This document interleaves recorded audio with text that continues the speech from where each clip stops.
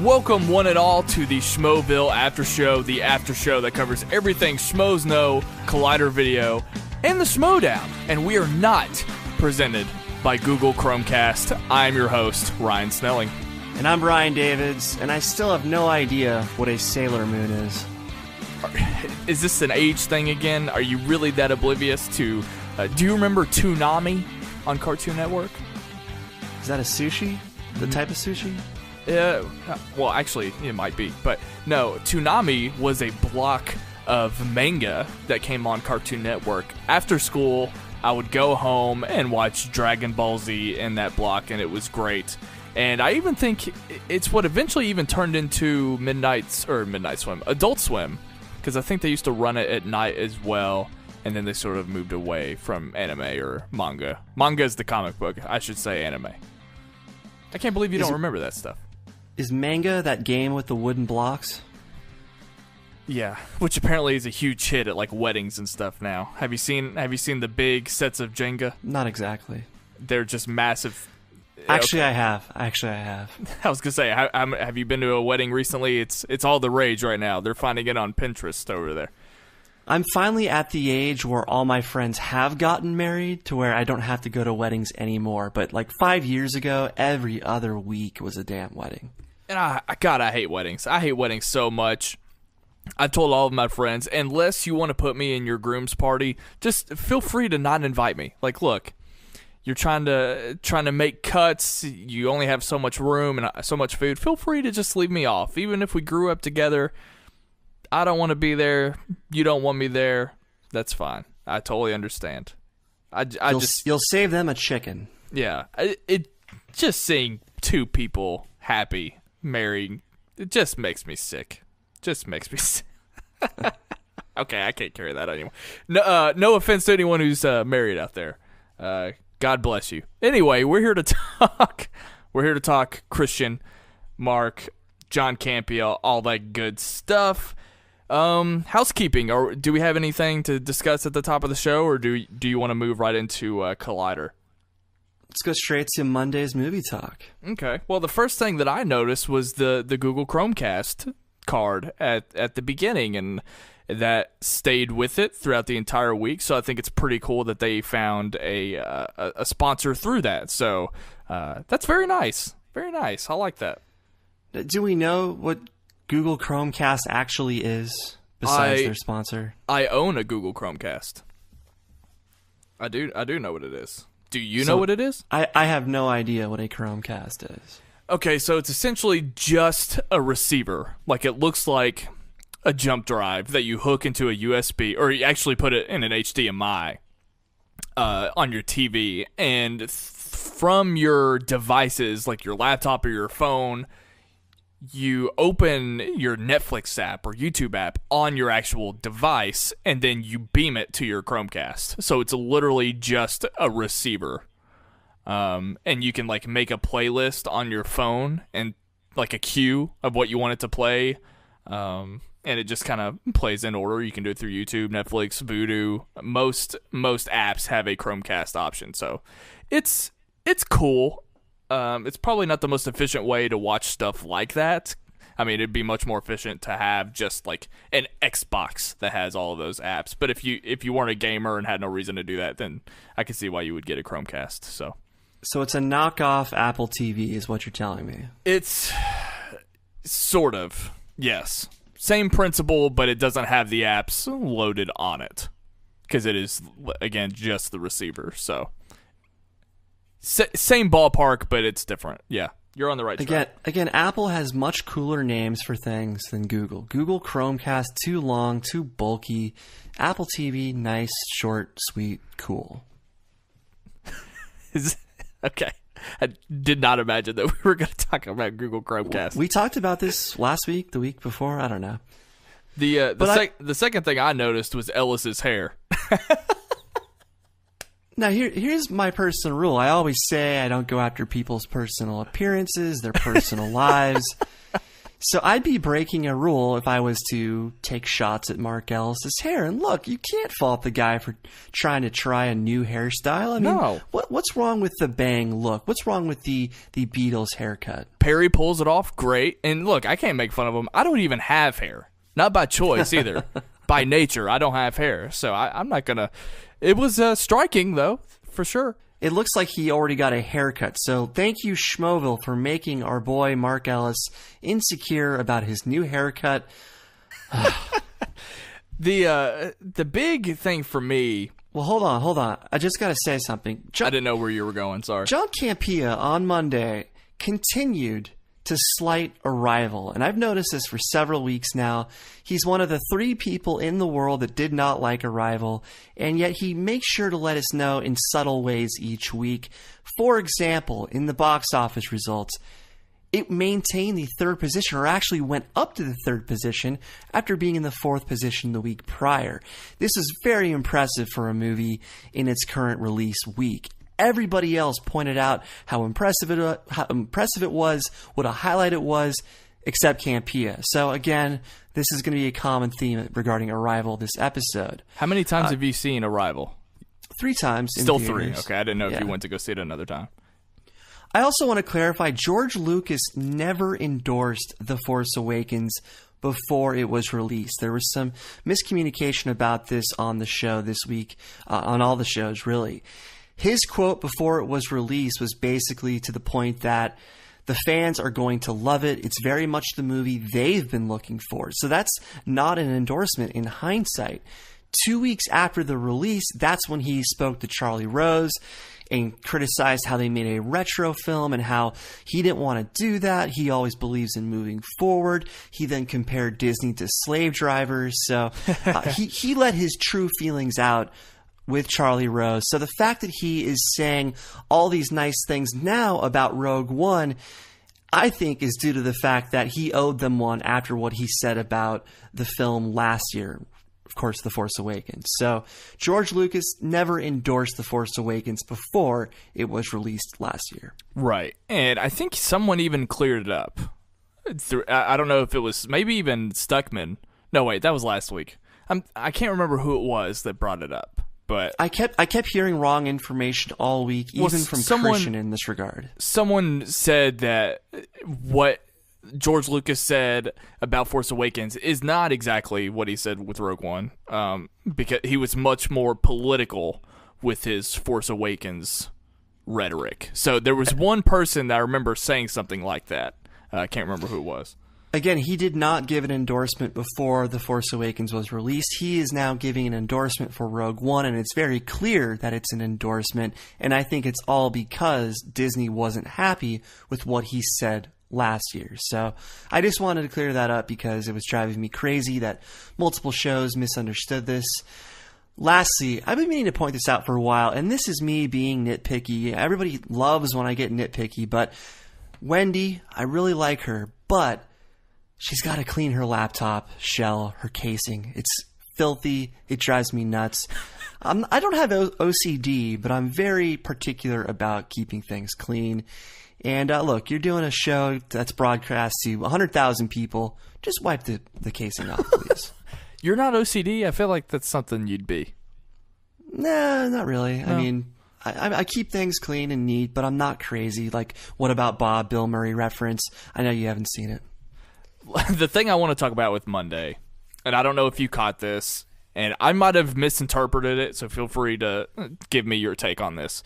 When they got to the news story about Amy Schumer playing Barbie in a movie, it was very awkward to hear a table of guys discuss that.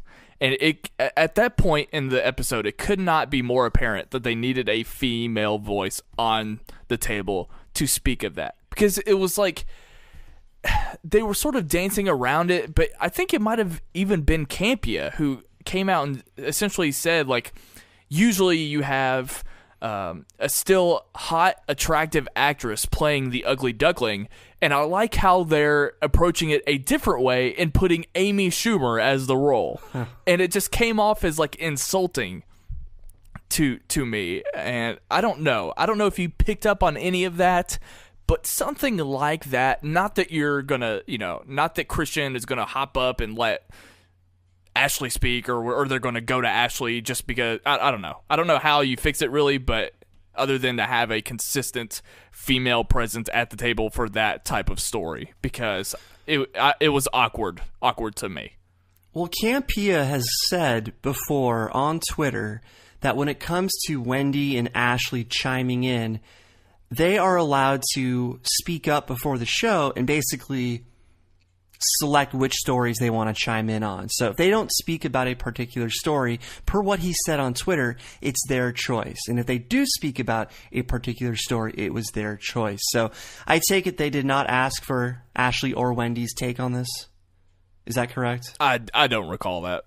But okay, that would have been helpful information. But once Amy Schumer's name popped up, I just tuned out. I'm not a fan. Kristian and I are kind of on the same page in this regard. We're just not fans. So for me, it's not really a political thing. I'm just not interested in Amy Schumer, whether it's Barbie, whether it's Bambi, whether it's Batman. So there you go. Oh, that's fine. Yeah, I know Kristian isn't a fan of her, and that's not what I was asking for. I didn't need them to. They can not like the idea, but just the certain things that they were discussing, that one particular example that I brought up, it was just really awkward, and I felt that it needed something else. So that's when Wendy or Ashley have to chime in. I mean, that's a perfect time. I'll be curious to go back and check if they did. Yeah. That's all I've got for Monday's movie talk. Did you already say lastly? You already ended your last point? Yeah, Monday's all wrapped up. Now, Tuesday, they talked about the Transformers trailer. Campea tried to compare it to the Logan trailer, which I completely disagree with, just because Passengers just released an attempt at the Logan trailer because they played one of your favorite bands, Imagine Dragons. They played that song throughout it last week. So I didn't really agree with that comparison, but the highlight, or a couple of highlights this episode, were the fact that Jeremy's dogs interrupted the show. Yeah.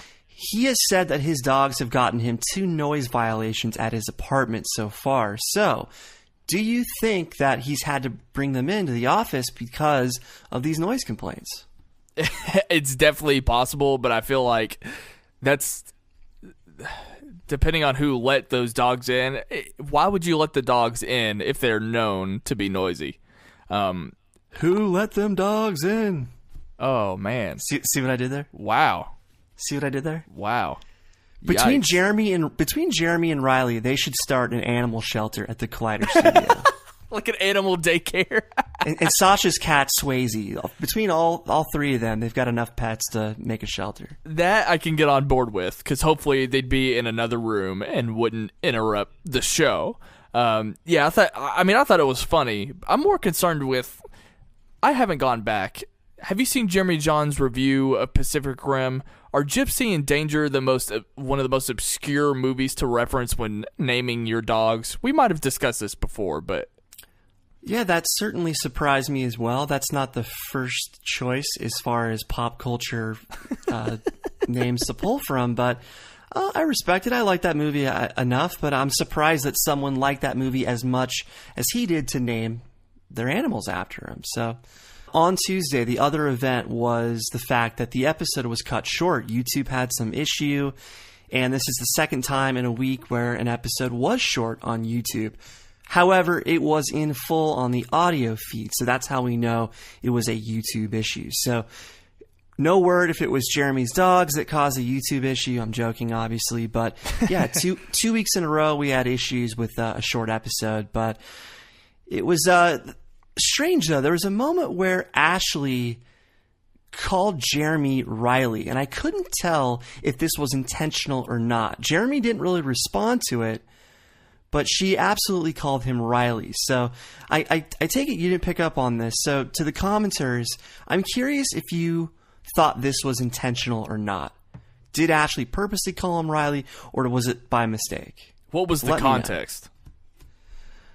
She was just transitioning, and she just referred to him as Riley. Oh. It didn't seem like a joke. That's why I think it may have been by mistake. But I want to hear other people's take on the moment. You'll have to go back and check as well.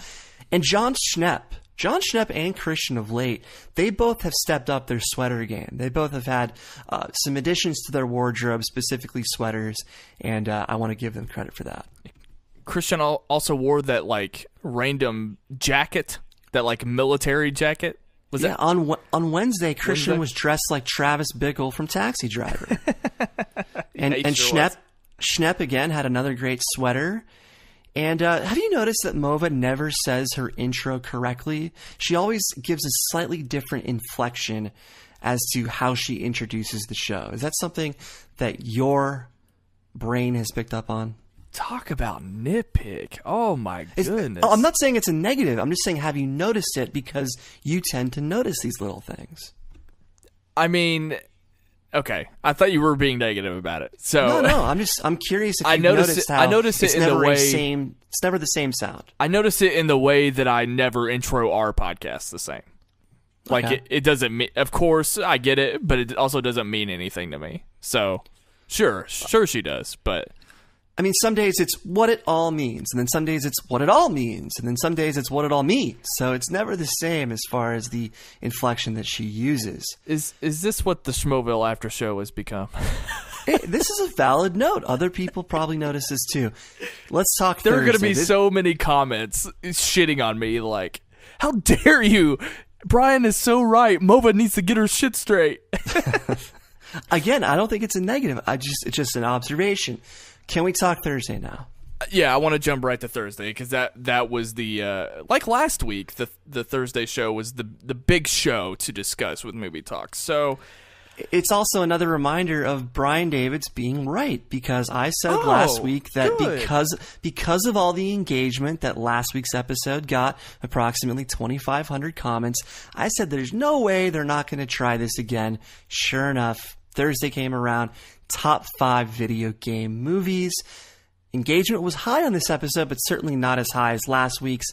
Video games versus comic books, not even close as far as popularity, but there's still popularity as far as comic book or video game movies. But yeah, the strange thing is, though, it only had 67,000 views so far. We're recording Saturday, so not the highest viewed episode. Maybe the format upset some people from last week and they didn't tune in, but they still got more engagement, which is why they're doing these. So what did you think of this top 5? Well, one reason why they might not have had as many viewers as well is because they're doing this without Stuckmann. Of course, you could say that you still have someone like Jeremy Johns there, so I don't know how much you want to contribute that to the viewership. But one note, the Stuckmann episode was not even the highest viewed episode last week. Oh, wow. Monday's episode was. Okay. So I really don't think that's that big of an issue. Maybe. Guess not.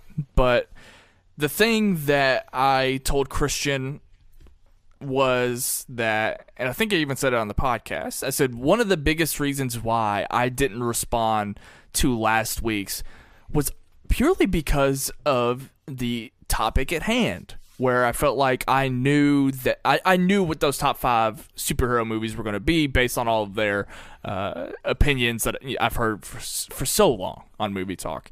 And that was just not something I wanted to hear about, just because I'm tired of superhero stuff right now. This one was better for me, just because it wasn't that. So I was able to kind of view this differently than last week. Now, I'm very curious as to how it's going to play out when it comes to like the fan reactions, if they decide to continue this and make this new show, whatever. We talked about that last week. But this particular episode I was able to respond to with more positivity, purely because of how fun the topic was. And I think it not only was it a fun topic because it was video game movies, but it was fun because they were still all bad. So that helped out a lot. I think Kristian was really funny on this episode as well. I wanted to give him props because I laughed at so many things that he said. That's just a random point I wanted to make. But yeah, I mean, I felt a lot better about this episode format this week. You talked about the predictability of last week and how we kind of knew what they were going to pick, what was going to end up as their top 5. Well, other than Silent Hill, I knew that they were going to pick 4 out of these 5 movies just because there are only so many movies you can choose from when it comes to video game movies that are halfway decent. Mortal Kombat has been number 1 for a long, long time. Warcraft was bound to be in there, Need for Speed, Tomb Raider. So the same issue that you had last week, I kind of had because there are only so many good video game movies. So I think I don't know. I still think they need to pick the right topic that is really going to connect with everyone, including us. The reason why I didn't feel that way this week is because you have this like guilty pleasure element to these movies that you don't have with comic book movies. So the fact that Mortal Kombat was number 1, even though they talked about how bad of a movie it was, I mean, it was awesome in its time. It was awesome in its time. Sure, but I guess this topic just allowed for those random guilty pleasures to be inserted into the list that you might not expect. So for me, it was a little less predictable. For me, it was a little less predictable in that way. So, okay, when they brought up Need for Speed, my brain again flashed back to the AMC red carpet coverage for that movie and how Rami Malek was hitting on Aaron Darling. But that is why they've never done red carpets ever again for this channel, or as part of this channel. But Kristian mispronounced Alicia Vikander's name again. I'm going to do a review next week of all the names that we've done this year. And have you noticed that Kristian always has the perfect analog for every movie trailer that comes out? Every new movie trailer that comes out, he always has another version of that movie. Like it's Baywatch came out, and he's like, oh, it's 22 Jump Street on the beach. So that, I think that is the former development / production side of him. Sure. When he worked in the studio system, they kind of think in that regard, kind of in that log line fashion where it's Taxi Driver meets Departed, in that kind of mindset. So every time there's a new trailer, look for Kristian to point out the perfect analog for that trailer. Yeah, I definitely pick up on that as well. And it makes total sense. Did you have anything else that you wanted to discuss about the Thursday show? Thursday's all good. Thursday, okay. Did you watch Friday's movie talk?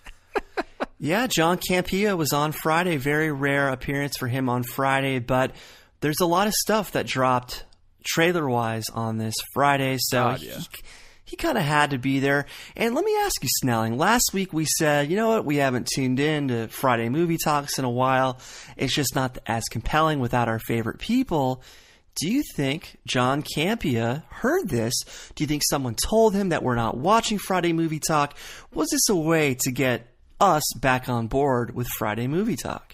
Well, I literally didn't know Campea was on Friday's Movie Talk until you told me right before we hit record. So now that I'm thinking about it, look, since people hate when I go against what you say, because you're right, quote unquote, right, all the time, I'm going to go with you on this one. I think it's crazy enough to actually be true.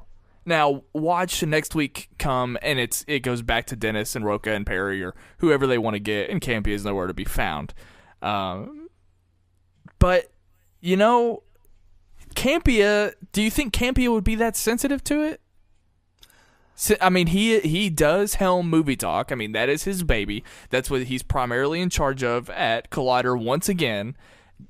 Could someone have gone to him about that and he'd be that sensitive about it, or that worried that other people think that way? I mean, have we ever punched the numbers on Friday's Movie Talk compared to the rest of the week, like for several weeks at a time? Look, every episode, no matter who is on it, there have been Friday episodes with Dennis, Clark in the past that have had 160,000 views because of that day's topic. So any episode can blow up potentially, but even if John was only there to talk the trailers, we still have Ken that can show up on Friday Movie Talks now. And as I said last week, Kristian is now back to his regular schedule of Monday, Wednesday, Thursday. Of course, Ken was just taking his place for the time being on Mondays. So I would like to see Ken on Friday Movie Talk if John is not doing Movie Talk every Friday from this point. Do you still want Dennis hosting, or are you saying that you want Ken to host? No, I just need Ken to be on the panel. Okay. Dennis can host. I mean, that's Dennis's thing, to host Friday Movie Talk. He's been doing that for a long, long time. But to make it a 4-person panel, why not add Ken? That might give us a reason to want to watch. Okay, I can get on board with that. Yeah, I do want to go back and check that out now, though. Who else was on Friday besides Campia? Perry was on, Roku was on, again, okay. Dennis, like you said. So those guys just can't be okay. I'll follow now. I didn't know if it was more like a regular panel from the previous days of the week. So same guys, just Campia. Okay. So let me rant about Campia for a minute. And as everybody knows, I'm a big admirer of John Campia. I've got a tremendous amount of respect for him. I wouldn't be a fan of these channels if it wasn't for him. So it's very important, though, that we give, balanced criticism where it's due. And I've noticed a trend in John when it comes to certain opinions of his in relation to, I guess, lesser stories. For example, when John Bernthal was cast as the Punisher, there was universal acclaim for this casting decision. Everybody loved the fact that John Bernthal was going to play Frank Castle. Were you one of those people that thought, oh, that's the guy right there? You didn't even think twice. Are you one of those people? I loved it. I thought it was great. And then he went on to prove what a great Punisher he was on the actual show, Daredevil Season 2. He's even getting his own spin-off, which wasn't the initial plan. However, Campia was one of the few people that did not buy John Bernthal as the Punisher initially when the casting was announced. Obviously, he was proved wrong by Daredevil Season 2, but what John did recently with the Collider News segment was when they referred back to the story of his casting, when they were talking about a recent story of the spin-off for the Punisher beginning shooting in New York, Campia took his minority opinion, his unpopular opinion about not being high on the idea at first of his casting, and he treated it like it was the popular opinion way back when. He treated it like that was the majority opinion way back then, even though he knew at the time that he was in the minority, that he had the unpopular opinion. So go back and watch his Collider News, and he literally says most people weren't too keen on Bernthal. They weren't sure he could do it. So he took his unpopular opinion and associated it with the majority opinion in present day. I don't even see why he would have to bring that up to begin with, because that's old news. Well, that's what John does, though. I mean, he likes to kind of recap. Oh, I said way back when that I wasn't a fan of this, but then he proved me wrong in Daredevil Season 2. But he grouped everybody else into his minority opinion, into his unpopular opinion. And he did it again this Friday. And this isn't the only time or examples that he's done it. These are just the 2 examples that I'm giving for this show. He did it with the Dawn of the Planet of the Apes film, which everybody loved. That was a 90% on Rotten Tomatoes. His entire staff on AMC gave it 9.5s. Mark and Kristian gave it perfect 5s, 5 out of 5, given their old scoring system. This was a universally beloved film. Campia gave it a 7.5. So this was another example of a popular sci-fi film that John wasn't that high on. We've been talking about that a lot of late, whether it was Mad Max or Arrival. And in his assessment of the new trailer for War for the Planet of the Apes, he basically said the following: "This looks like the ape film we have all been waiting for." So once again, he's taking his unpopular opinion from the last film and acting like that's the majority opinion currently, when the last film was the movie we've all been waiting for, because everybody loved the last film. Yes, we're all anticipating the War for the Planet of the Apes film, but we got an amazing film that we loved last time around. So he's done this several times lately, and he doesn't do it on things like Suicide Squad or BVS, where you can't switch that opinion to the popular opinion. I mean, there's just too many people that remember that. But he's been doing this lately. It kind of bothers me. Again, I don't know if you'd call it a nitpick. It's just a very specific observation, and I thought you'd be interested in hearing that. I am, especially since you brought up how unapologetic he is about actually enjoying those Warner Brothers films. Brian Davids, you do like to pull out the fact that certain things are universally praised or critically praised, to use that against other people's opinions. That doesn't always check out to me, because, just because something wins an Oscar doesn't mean it's better than anything else, at least for me. But in this particular case, I happen to agree. It's pretty silly. And even before Dawn of the Planet of the Apes, again, Rise of the Planet of the Apes was also, the majority loved that movie. And this trilogy was already becoming one of the better trilogies of recent memory. And absolutely, one of my my criteria for a great trilogy, how often does a trilogy get better with every film? That doesn't happen often. And I can only think of 2 examples off the top of my head. This franchise is shaping up to do just that as well, based on the trailer. But I do find it funny that he is the last person to get on board with things like that. Let me ask you, as this relates to what we just discussed, why do we ultimately watch these shows? What is the primary reason that we watch these shows and these specific people? Well, I don't want to steal someone's thunder, but someone just recently told me that they're absolutely right. The main reason is the persona, the personalities that we have, that we've grown to love. I mean, Kristian and Mark, Schnepp, and all the other people that Collider has introduced us to. That's probably the biggest thing. I've also spoken about how watching Collider Movie Talk has ruined me from reading movie blogs, which I did religiously before finding this content. So instead of scrolling through Twitter and looking on /film or in Collider and Film School Rejects, all that stuff, I just have it in one place at 1:00 every day. So those are the 2 biggest reasons that I watch this content. We'll take it a step farther. Educational, take it a step farther. Educational reasons would probably be the 3rd reason. Take it a step farther than personas, because yes, we are watching because we like these people more than the other channels' personnel.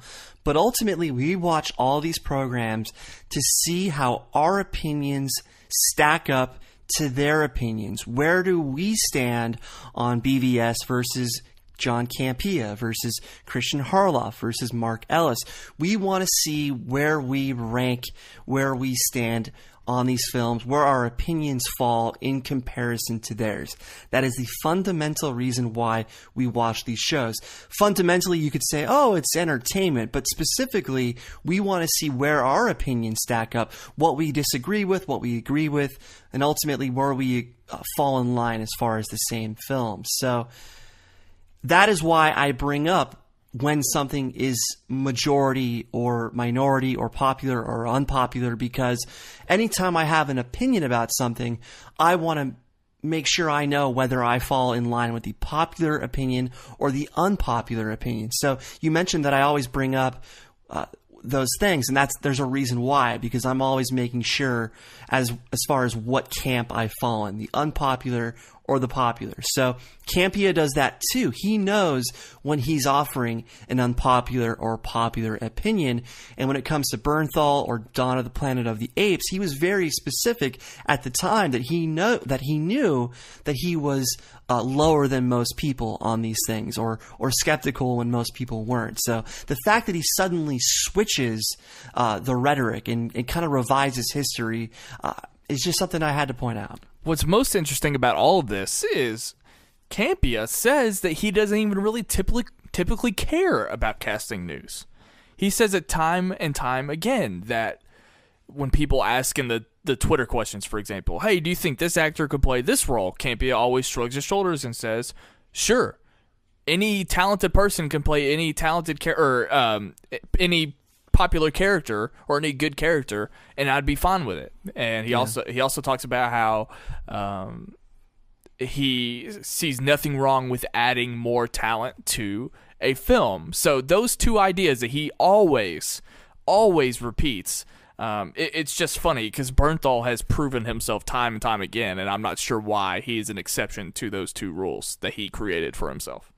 I mean, literally, John Campea was the only person that I heard who expressed some hesitance over Bernthal's casting. So, very interesting nonetheless. And lastly, he called Arrival the Arrival again. He's been calling it the wrong title for several weeks now. Well, so he brain farts. It's very common that he brain farts. I know, but still, part of it, I think, is a slight because he's been sliding Arrival like crazy, and that's going to segue into John Campea's AMA that he did on Friday night, where he answered about 80 questions. For example, someone asked him his least favorite film of the year or worst film of the year. He said The Light Between Oceans, which I completely disagree with, but that was his answer. He said something very specific about how he wants to move back to Canada in a couple years when he has children, with Anne, of course. So this is very typical of John because wherever he is at any point, he did this back on AMC or at AMC, he would always kind of say things from time to time that would not allow us to get too comfortable. So he'd always say, oh, there's going to come a time when I'm not going to be the one to lead AMC Movie News. So he always put it in the back of our minds that, don't expect this forever. So this is just another example of him doing that. I don't think he's going to move in 2018, but I got a bunch of people tweeting me saying, oh my God, Campea is going to move back to Canada in 2018. This is his last year in LA. Don't go that far. This was a throwaway answer, very quick Q&A that he did via Reddit. Yeah, I don't even have the history of the AMC Movie News in my memory bank. So, but just based on what you just said, because I didn't watch the AMA, I just don't really know why anyone would be afraid of that. I just don't see that happening, especially when he's always quick to tell us that he has so many other projects that he cannot speak about right now. Right, he's got so many irons in the fire right now that to say that he's going to have them all done in the next year is a bit far-fetched. And I said Reddit by accident. I think he just took questions from his Facebook. Yeah. That was the YouTube video that he posted on his personal YouTube channel, because I saw that. Is that what you're referring to? Yeah, I think he streamed it on Facebook Live, but then he posted the video on YouTube itself. So gotcha. Check that out. But he again threw shade at Arrival when someone asked if the author of the short story, Story of Your Life, whether his other stories would be picked up for films, whether John would want to see them. And it was all based on the fact that Arrival was such a hit. Why not make other stories from this author, Ted Chiang? And Campea was very quick to say, oh, Arrival's not a hit. It's a very modest performer. Yes, it's made over $117 million, but this is not some monster hit that just demands a sequel. That's not the case. Then he referenced Warcraft. He's like, Warcraft's made over $400 million, and that's not even guaranteed to get a sequel. Well, obviously the big difference is Arrival cost $47 million. I was going to say. Warcraft cost $175 million, plus there's no doubt that Warcraft had higher P&A costs than Arrival. Arrival did not have some massive marketing budget. Warcraft had a huge marketing budget. So for some reason, he's picking on Arrival because he didn't like it, and other people do like it a lot more than him. And so he's trying to deflate some air in the tires a little bit. And I hate to see that because it's a great film. A lot of people love it. Just because you didn't doesn't mean you have to talk it down or demean it ever so slightly. Okay, I'm ready to move away from Campea, and we can get into... I don't even have much to say about the genre shows this week. I know you want to talk about Crash Course. I've got something else for you. Oh, I've got something else for you. They did what I call a Watto experiment. They did a very specific or brief rollout for Watto from the Star Wars prequels. I believe the Phantom Menace only, I believe. Yes, I think so. The character Watto. Watto basically reacted to the Mummy trailer, and it was Jeremy doing the Watto voice. So it was kind of like Conan's bit with Triumph, the insult dog or whatever. It was very much like that. Jeremy was doing the voice.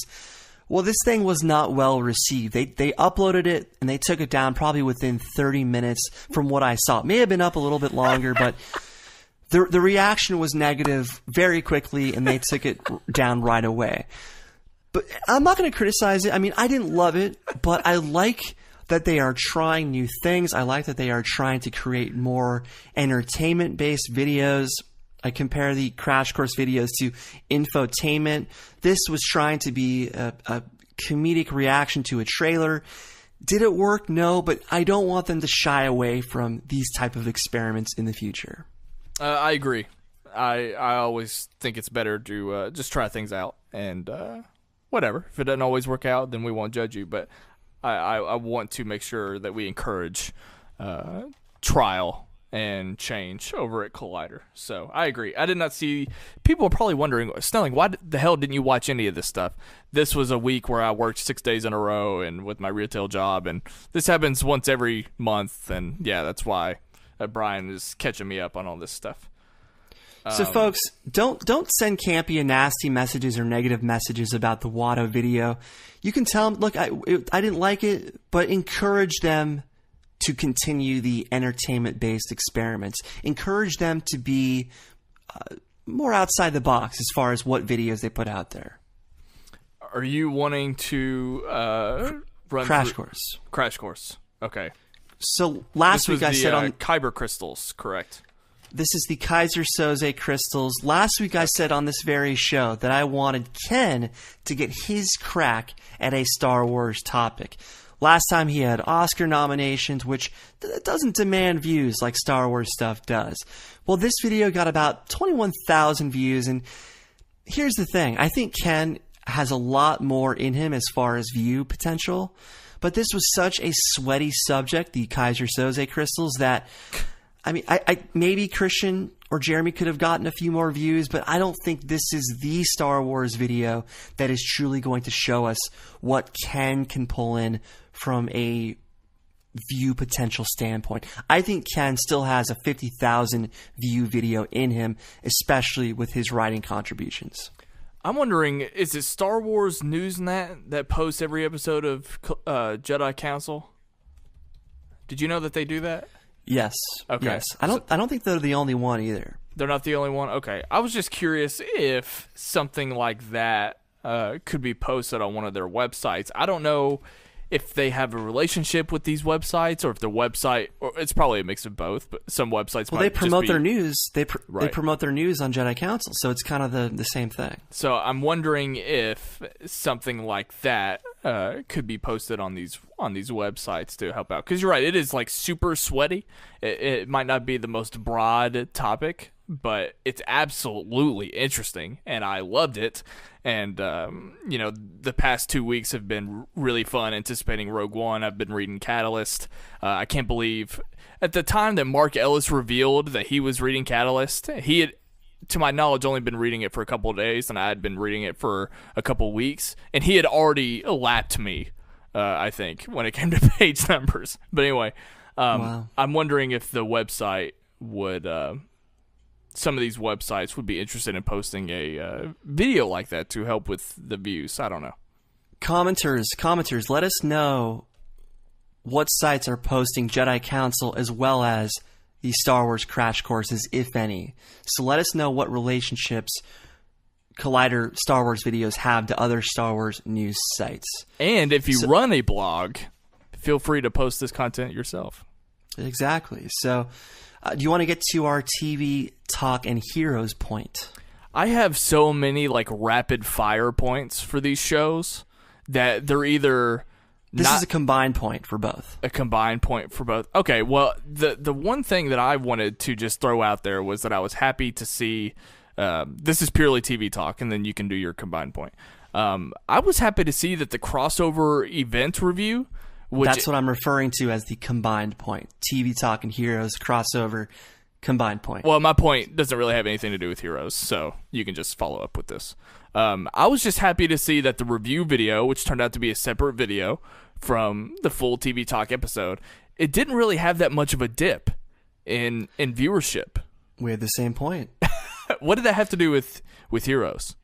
What was your connective tissue there? Because two of the Heroes panelists, Inman and Schnepp, appeared on TV Talk as a crossover. Oh, okay. So it was a combination of TV Talk people and Heroes people. Right on. Therefore, a combined point for both shows.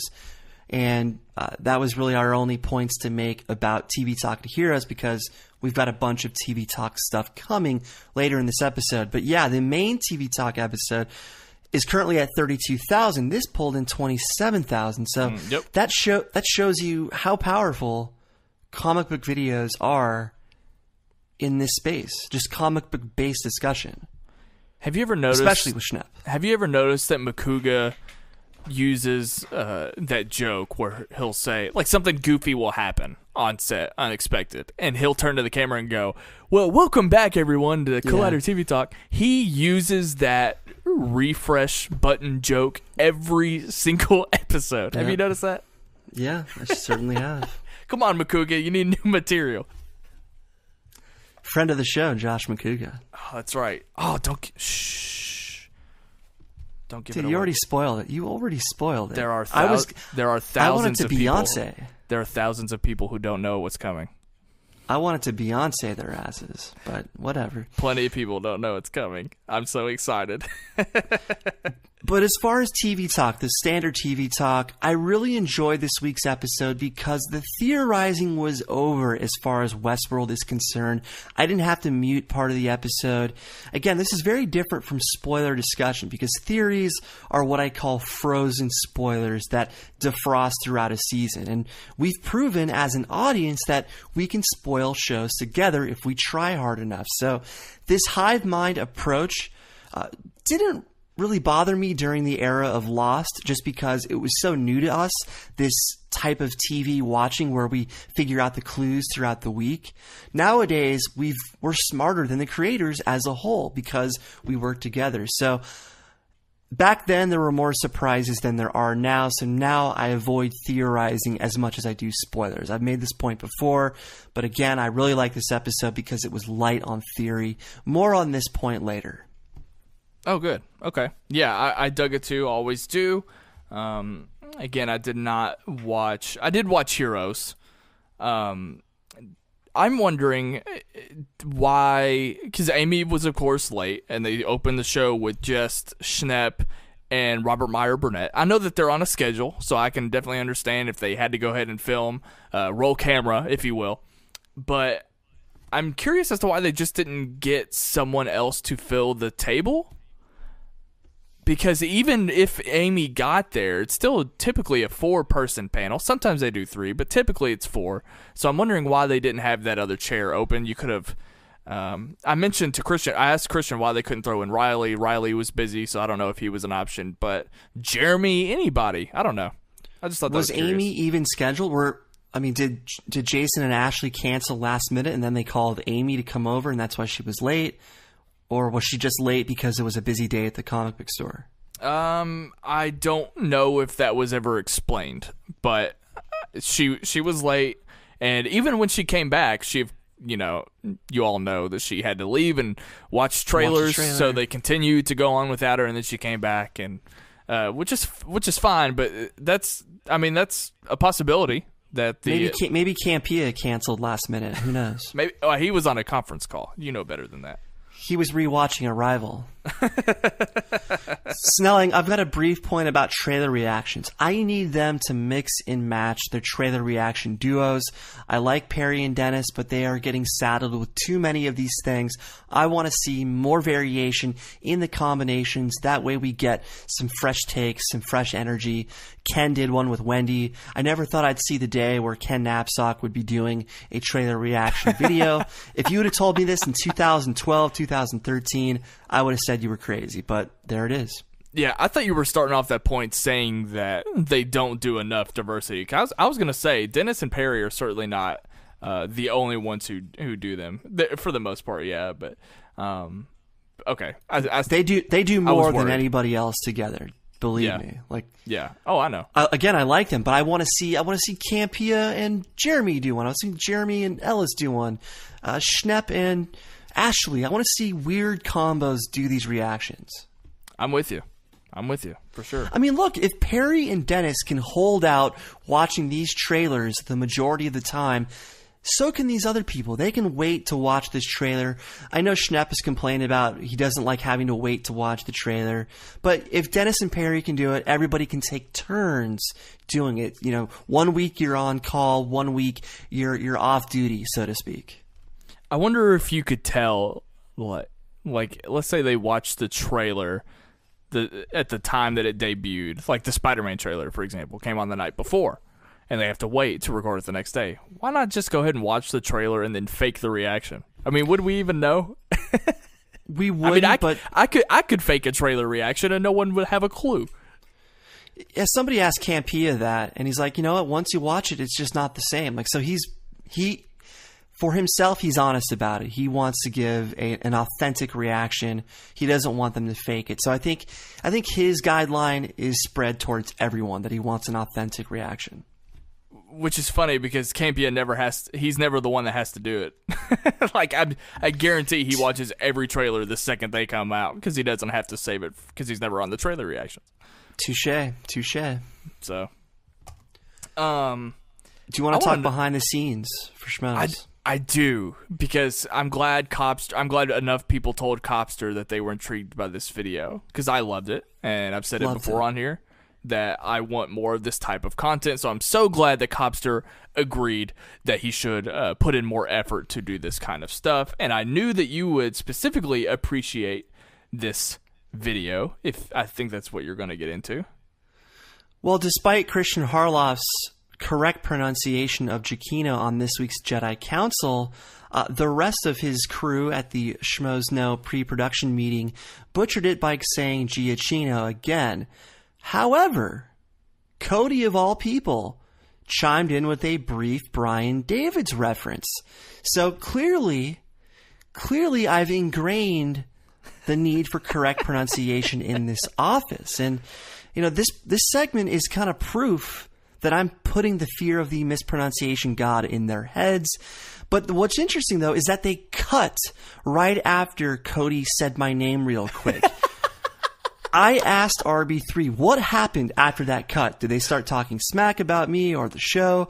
And RB3 said, no, nothing controversial happened, such as Cobster tasing Cody for saying my name. But I don't know. Maybe something was said. Maybe RB3's protecting me. Maybe he doesn't want me to have my feelings hurt. But it was very interesting how there was a cut right after my name was said, as if a big controversy was about to break out, because they knew I'd be on their cases for this mispronunciation. But I like that the culture overall is trying to get these things right. Even though they got it wrong in that moment, I like that they are trying to get it right, or at least thinking about getting it right. That's progress. I definitely picked up on that quick cut. I watch these videos on my Xbox, so I don't always read the comment section. Did anyone else happen to notice that they did this? Well, I pointed it out, so I brought people's attention to it in the comments. That's hilarious. That's hilarious. This is great for me, because now I know that people in the studio actually know who we are, Brian. They actually care. And you know who was at that table when they did that? Chris Stuckmann. Yes. He knows who we are, Brian. Isn't that incredible? He heard our show plug at the end of last week's Schmoes Know. Yeah. It's so exciting. It's so exciting. There was also an interview with Stuckmann and Jeremy, another post interview from the show, and you got to see just how tall Chris Stuckmann is. It's hard to tell. It's hard to tell how tall he really is, because he doesn't have the greatest posture when he's sitting down. So he doesn't look tall when he's sitting down. But when he was standing up next to Jeremy, you could see just how much height he had on Jeremy. And Jeremy's not a short guy from what I can tell. But yeah, this video is interesting just because you and I often talk about height comparisons, because we don't really know how tall these people are because they're always sitting down. Right. What day are we on now? Or were we just generally picking up things? That was just general behind the scenes. We're past the Collider content days that we usually discuss. The last thing I want to bring up, I want to know where the hell has Kristian verified or clarified where he got that Jedi Council shirt? I don't think he's clarified. Do you think he got it specifically made for a certain appearance on a certain show on a certain channel? It's very possible, but I'm hoping that he releases, or Collider releases that design. I checked right before we hit record to see if this was part of the new merch that Collider is offering, because, you know, it would make sense. They haven't put up a Movie Talk shirt, but Jedi Council is one of their biggest shows, so I thought it was possible that they put it up on their merch store. They did not. So I should have asked Kristian, but I don't want to bother him because he has been at the Rogue One premiere, so I will find out at a later time. Or he'll just message me when he's, you know, listening to this podcast. So there's that. Kristian, please DM me for my shirt size. Thank you very much. Ellis had a nice suit on at the Rogue One premiere. It was much better than last year's white tux. That was just a hot mess. They are all looking good. I mean, I was scrolling through these pictures not too long ago. They're all looking fly as well. Your boy Tiffany's boyfriend got to go to the Star Wars Michael Rogue Murray? One premiere. Chad Michael Murray. Someone's gonna correct you. Did he bring any tricks? Did he bring any tricks to the Rogue One premiere? Hey, he doesn't have any tricks. He doesn't have any tricks. So he is looking good. He is probably the best dressed of this group. I think he's got a scarf. I think I saw that right. Yeah, hold on. No, that's the cast of Rogue One. Do they all have their wives and girlfriends? Did Kristian bring his wife? Did Ellis bring his girlfriend? Were they all allowed to bring a +1 from what you can tell? Danny is not there, but Kristian's wife, Ann Campia, Perry, and Wendy. I think Wendy seems to be Ellis's date. Perry is Dennis, and Tiffany and her boyfriend Scarf are in attendance. So they're all looking good. I hope that all of those guys are having a blast right now as we speak. They are seeing the movie. I'm hoping that they are generous enough to give me a quick reaction when they get out. So I want to see Chad Clifton Collins' reaction to Rogue One as well. I'm very interested in that.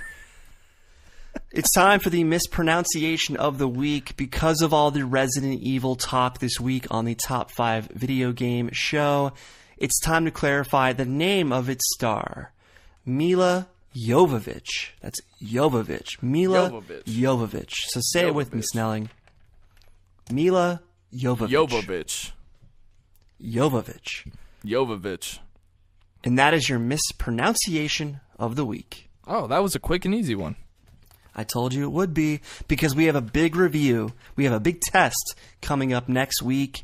This is kind of a year-end lesson, if you will. I will most definitely fail this quiz. No, you'll do fine. You'll do fine. Okay, guys, so a few minutes ago, we teased that something big is coming later in the episode. We're going to get to that very soon. Stay tuned. But for now, I'm going to fly through discussing the Schmoedown. So there was no team match this week, but we started off on Tuesday. Ashley V. Robinson versus Mike Kalinowski. That was our match. How did you anticipate this match? Yeah, the Robin versus the Killer. Those are quite the nicknames. I was looking forward to this match just because I want to see this league grow. I want to see new people. I want to see new stars begin to take shape. And to grow this league, you've got to try out new people, including Ashley, including Mike. And sometimes you're not going to get a Roka versus Harloff matchup, but this is necessary to grow the league. So if you want guaranteed juggernaut matches every week, then you want scripted matches like the WWE. So the fact that the competition, the quality of competition ebbs and flows depending on the matchup, that is a sign that this is a natural, raw, unscripted competition. So I was looking forward to this. I wanted to see what Ashley is capable of before her Inner Geekdom tournament challenge, whatever they call it. You have no argument from me. You're absolutely right. Unfortunately, this match took a turn, and it was more of a Jeff Sneider versus Umberto scenario, unfortunately. But you're right. I mean, and the thing about it is that the new competitors, I like Ashley a lot, so I was happy to see her. And Mike Kalinowski, I didn't know it at the time, but he's someone I can't wait to see in the future in the Schmoedown. Don't you think he looks like a serial killer version of Justin Theroux? He doesn't have Justin Theroux's eyebrows, but he's got his face. He looks just like Justin Theroux, like the Patrick Bateman version of Justin Theroux. Okay, maybe. I see it a little bit. I can't believe you don't see it. I saw it initially. I wouldn't say just like Justin Theroux, because Justin Theroux, let's be honest. I'm not saying he's identical, but there are some very striking similarities in the face, jaw structure. I'm not focused on eyebrows. I'm just talking about the face. But I got a little bit T1000 in him. I got a little bit Aaron Tveit, the guy that was in Grease Live last year, as well as a show on USA that was canceled called Graceland. But he's a college friend of Kristian's. He went to Florida State. That means he must know Roca. So I just hope that he is there to shut up his fellow Seminole, John Roca. Hopefully he doesn't align himself with his former college roommate or frat mate or whatever he calls Roca. I did have in my notes that he looks like a hitman, absolutely, especially with that turtleneck. So, but that's cool though. I like that people are trying to create their own personas as they enter this league. That's really cool. I agree. I mean, and Ashley too. She had the Canadian flag and she had that big ass sword when she came in. Yeah. So it started off very fun. I mean, we could spend the entire match talking about. I don't want to dwell on it. Ashley didn't perform as well as she hoped. She didn't perform as well as we all hoped. But I mean, that happens sometimes. Sometimes it's just what you know. And so she just didn't get the best questions that suited her for this match. I'm still not down on her though. Like, I agree. I'm still excited to see her in the Inner Geekdom tournament because that's going to fit her more. Right. That even for me, that might have been a concern going in. Like, nothing about AVR tells me that she has extensive movie knowledge. She is a geek, so I'm still excited to see her in the next couple weeks now, I guess, in the Inner Geekdom match or whatever the hell Kristian's calling it. Now, she made a point in her pre-match nonsense that Jason Inman is a close personal friend of hers. Yeah. So I like that they are maintaining this illusion for the cameras, whatever. I'm not going to be specific, but there was something very interesting, though, in this match that debuted, and that was the audience cam. We finally have a look at the audience during matches. We saw Macuga there. We saw Roca there. I have in my notes that Roca was actually cheering on Kalinowski, so that unfortunately proves that they are going to be friendlies for now. But I'd like to see them be enemies at one point or at some point. But what did you think of the audience cam? I don't know. It just wasn't utilized enough for me to have an opinion, really. Because it was only like maybe 2 cuts throughout the entire thing, probably. Yeah, they didn't overuse it, but this is another example, though, of the new gear. Yeah. Another thing that they're able to do with the new gear. And if you notice, the sound was all messed up because this was probably recorded the first week after getting their new gear when the sound wasn't quite right across the entire week of Collider content. You remember that? Middle of November? I did remember that. Yep. I also noticed that Jeff Sneider looked like he was asleep in the back row on that on that camera. Yeah, the Facebook group had a good time with that Jeff Sneider image for sure.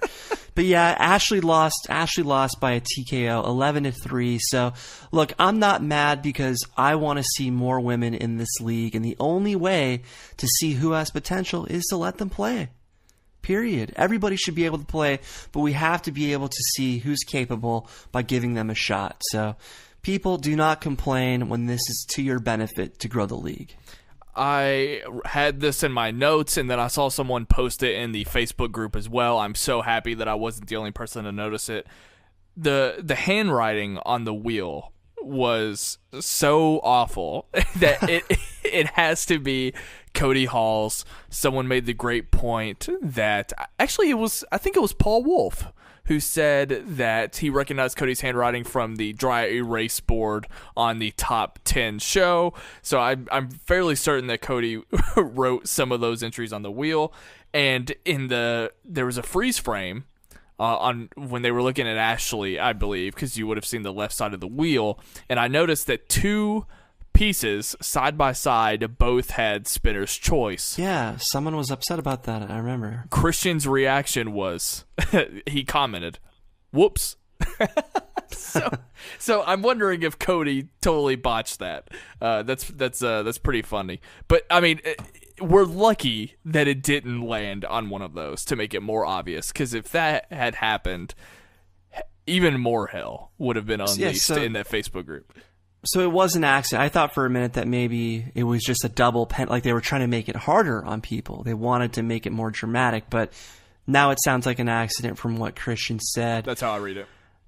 In my notes, in the post-interview, for whatever reason, Fife Dog and the Killer, they had no timing in their interview. Like, she couldn't speak without him speaking at the same time. It was very, very all over the place, that post-interview. So go back and check that out if you're at all interested in an awkwardly timed interview. Very reminiscent of the Schmoeville after show. What? You're supposed to deal with me. Oh, I'm sorry. What is it? No, we have better timing than that. I mean, everybody has to get used to each other at some point, but it was just they could not buy a well-timed Q&A, I guess. We have pretty good timing for people that carry on conversations 3,000 miles apart. With terrible internet on your end, especially, that is usually delayed. It's usually delayed. Stuckmann Snider on Friday, on yesterday's match, that was the unfortunately the one that overshadowed everything, because everyone has been anticipating Stuckmann getting in the ring, and I cannot have picked a better matchup. I mean, this was great. I was so excited to watch this. How much were you anticipating this match? You know, a great deal. I wanted to see how much of Chris's homework and game plan would actually impact the match, and while it wasn't a high-scoring match, it was certainly an entertaining match. It was a close match. I love Chris's entrance with the suit and shades, as well as the music from the guest soundtrack, a movie that I love a great deal. So I'm very happy with this match, although I wanted Jeff Sneider to win just because it's been a rough couple weeks for the guy. I wanted him to have a victory of sorts. Oh, he even brought that up in the his outro interview. Like, it wasn't on the nose, and I don't think most people picked up on it. But from what we had previously discussed, I definitely... I'm not going to say what it is, but okay. He's had a rough couple of weeks. I wanted him to win. There were some interesting misses between both of them, and then there were some exciting steals between the two as well. So it was definitely a close match. The entire time. I couldn't have asked for a better one. It was a lot of fun to watch, a lot of back and forth. It was like a March Madness of Final Four game. Yeah, I mean, Jeff is kind of kicking himself because there were some questions that, you know, whether it was Ratatouille or, for example, the Bad Boys. Where does Bad Boys take place? I mean, Stuckmann got that wrong, but Jeff had plenty. I mean, that was crazy. Macuga must have gone crazy, but there were plenty of opportunities for Jeff to take this, and I'm sure he's kicking himself. He already was kicking himself after the match, but Stuckmann wins 13-12. Really solid episode. I could not believe when Chris pulled out that 3-pointer with Cool Hand Luke. Yeah. That was unbelievable. Guess what? I knew that one. Did you? Yep. Proud owner. Wow. Cool Hand Luke. I wouldn't have gotten that. Let's see, there was something interesting. Oh, speaking of Macuga going nuts, the question before that was over The Fugitive, and then that's when they utilized the audience cam, and that was the one that Macuga went nuts over. I don't know if you picked up on that. I thought that was funny. No, I didn't pick up on that. I should have, but I knew a lot of these questions. But both guys had opportunities to blow this open, and it remained close. So Great match either way. Stuckmann's 1-0. How often he's able to play? Once a year, maybe twice a year. But at least he's down to play. And maybe the next time he's in town, maybe we get him a big match with a Roca, a Beast. Who knows? I cannot end this recap without quoting Stuckmann and the fact that he says he will touch Finstock on the butt. Okay. He continued his Schmoes Know live show rhetoric, where he furthered the double entendre. So he was in a fun mood that week at the studio for whatever reason. He was, for whatever reason. Yeah, that's unlike Stuckmann. That was the time that I noticed his height the most, was in that outro interview, standing next to Macuga. I noticed it then more so than his behind-the-scenes video with Jeremy. But yeah, he towers over people. Did you even watch the behind-the-scenes video with Jeremy? I did. Okay. As a matter of fact. Sure. Just making sure. I'm trying to support that SK Podcast YouTube channel that everyone should be subscribed to if you're listening to this. It's a great channel. It is. Great channel. Yeah. You know, from what I'm told, I hear we're the #1 show on the channel. I'm always so worried that I'm jumping the gun with you, but are you actually ready to discuss the live show now? Well, no, I'm ready. I was going to say, all right, because, we got a big surprise coming. I want to get through this. Nah, you ruined the surprise. I did not. You ruined it. I would have Beyonce'd it, but whatever. I don't even know what that means, so. Drop a surprise album without telling anybody. Okay, I mean, plenty of people do that, but. No, she was the first to do it. That's why it's called a Beyonce. She was the first. Okay. Number 262, Rogue One preview. Nah, you got the title right. Usually you screw up the title somehow, so now I don't have to correct you. Mark, Ken at the table. Kristian was out doing movie fights, which was also a lot of fun. I was watching that before we hit record. Well, quiet. Don't spoil anything. Who else was at the table? I haven't finished the match yet. Brett Sheridan and Tiffany Smith. And Tiffany Smith. On the Wanger table, Copster and Riley. I was glad to see Riley because I feel like I haven't seen him in 2 weeks. He was, of course, missing from last week's episode. He was also missing on Nightmares, so I was glad to see his face and what seems to be a brand new USC hat. I commented about this on Facebook. I'm like, it's a non-frayed USC cap. There's no fray. What's going on here? Let me ask you. I'm used to the fray. Maybe he's going to take some scissors to it later this weekend. But I think Riley had another bout with the Wood Ranch chopped salad of death because he missed another week out of nowhere. Maybe the Wood Ranch got to him again. I don't know. Maybe. He needs to learn you think he'd learn his lesson with that Wood Ranch? I want to drive up to Burbank just to try that place. I'm so curious about what it's like. You just should. Because that's the only place Ken says he'll eat. Obviously, he goes to Islands, but he says that's pretty much the only place he'll eat because it's so good. Hook up with Riley and see if he's down to go to that place. We'll see. Let me ask you a hypothetical. Or maybe not. Have you used Tinder before? No. Do you know what it means if I say swipe left or swipe right? Swipe left is reject, swipe right is accept? Correct. Right? So, okay. Out of these 4 people, who you can only pick one. Who would you swipe right on between Mark Ellis, Ken Knapsack, Brett Sheridan, or Finstock? Wait, what? How am I supposed to respond to this? Hey, it's a hypothetical. I don't know how I can hypothetically respond to that. What is the context of swiping? They talked about Tinder at the beginning of the show, and they talked about swiping right on these people, and I'm curious who you would swipe right on. You're asking me to swipe right on male personalities. Who do you like, Brian? Okay, so I'm swiping right to whom I like. Who do you like? Who's the hottest? It's not that hard. I'm not playing these games. Come on. Hot or not? I mean, there's no thinking. You're thinking way too much. Get back on Tinder. I'm not like the audience in the comments that has to comment on people's looks all the time. I'm not going to say, Mark Ellis had a hat on, swipe left. I mean, what is the criteria here? Ellis is the cute one. Brett is the funny guy. Finstock has the muscles. And Ken has the charm and style. Okay, I'll swipe right on Ken. How about that? There you go. Thank you very much. Thank you for playing. Hey, how good does that fight card poster look on that wall?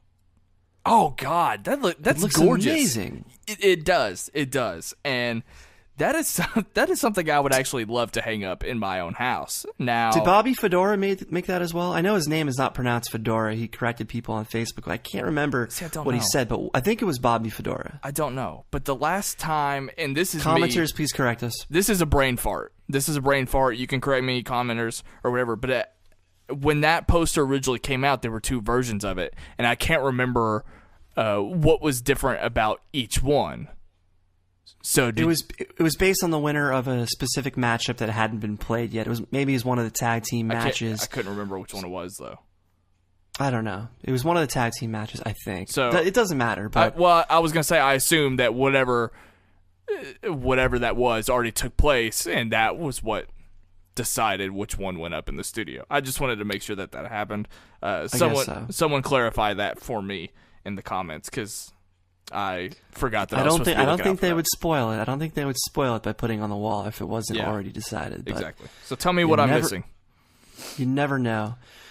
What did you think of Brett to the Future this week, Scott Pilgrim? A movie that, strangely, I have not seen. Do you like this movie? What did you think of his review? I like this movie. I didn't really care for it at first, only because I didn't get it. I got it and liked it much more the second time that I watched it. People were confused, and rightfully so, about Brett having actually rated the movie, and I guess Ellis was called out enough in the YouTube chat. I didn't know that Brett said it, so it must have been very quick. But in my notes, even before that, I just simply wrote, is Brett even really reviewing this film? Because I just didn't feel like it was a review.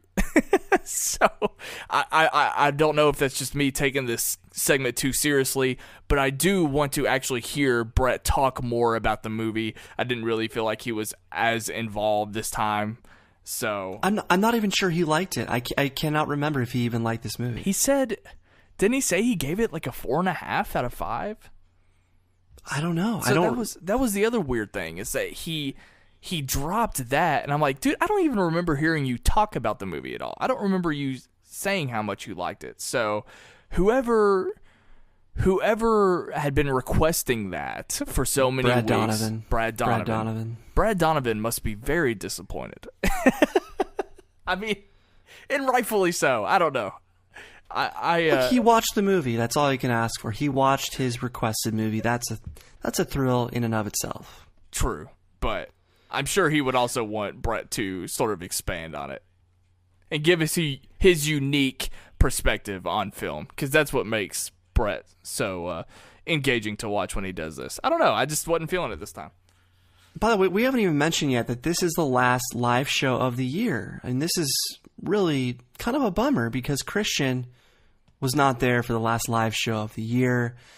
I hope that they don't take a long hiatus into January. I don't think so, just because they got to do Collider stuff, the first business week as well. So, do you anticipate a long hiatus into January? I would say 3 weeks maybe, and I'm counting next week. A live show hiatus, 3 weeks. We're getting a pre-tape show next week at the very least. Then I don't think we're getting anything until January, if I had to guess. But we've got the spectacular on the 23rd, so we've got plenty of content coming. It's just not the live show, which is our favorite, etc. Oh, have they even clarified what Collider content is going to look like this coming week? Because I know that, didn't Macuga say that it was the last TV talk and he should be making his way back to Pittsburgh? I didn't know if anyone else had mentioned that.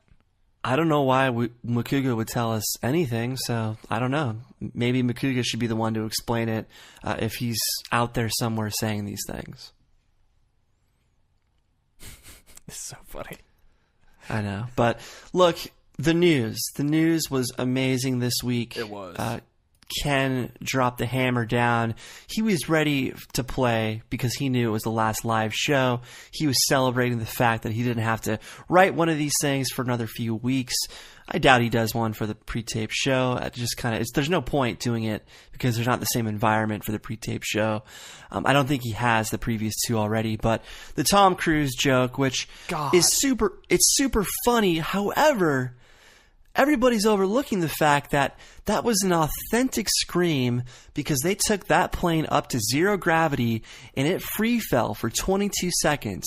The crew, as they were taking the shot, was puking as they were trying to get that shot. Those are real screams from the vomit comet, as they call this plane, as it was free falling 22 seconds. So I cannot make fun of Tom Cruise when that was a real free fall from zero gravity, 22 seconds in the air. Tom Cruise is the fucking man. And you love Tom Cruise. I really, really do love Tom Cruise. I really, really do. No, what I want to say, for one, I wrote that joke down. I thought it was fantastic. Well, there was two. This is the best Mission Impossible sequel starring Jack Reacher that we've ever had, or something like that. Also very good. Yes, on point. I also just want to throw in there that Mark Ellis is so... I love when people crack Ellis up. Because sometimes, at least I do, I have this impression... He's an easy laugh. He's an easy laugh, though. I have this impression, though, that stand-up comedians are actually hard to make laugh. They don't think the regular person is funny. I know Ken Napzok isn't really a regular person, but plenty of people make Mark Ellis laugh.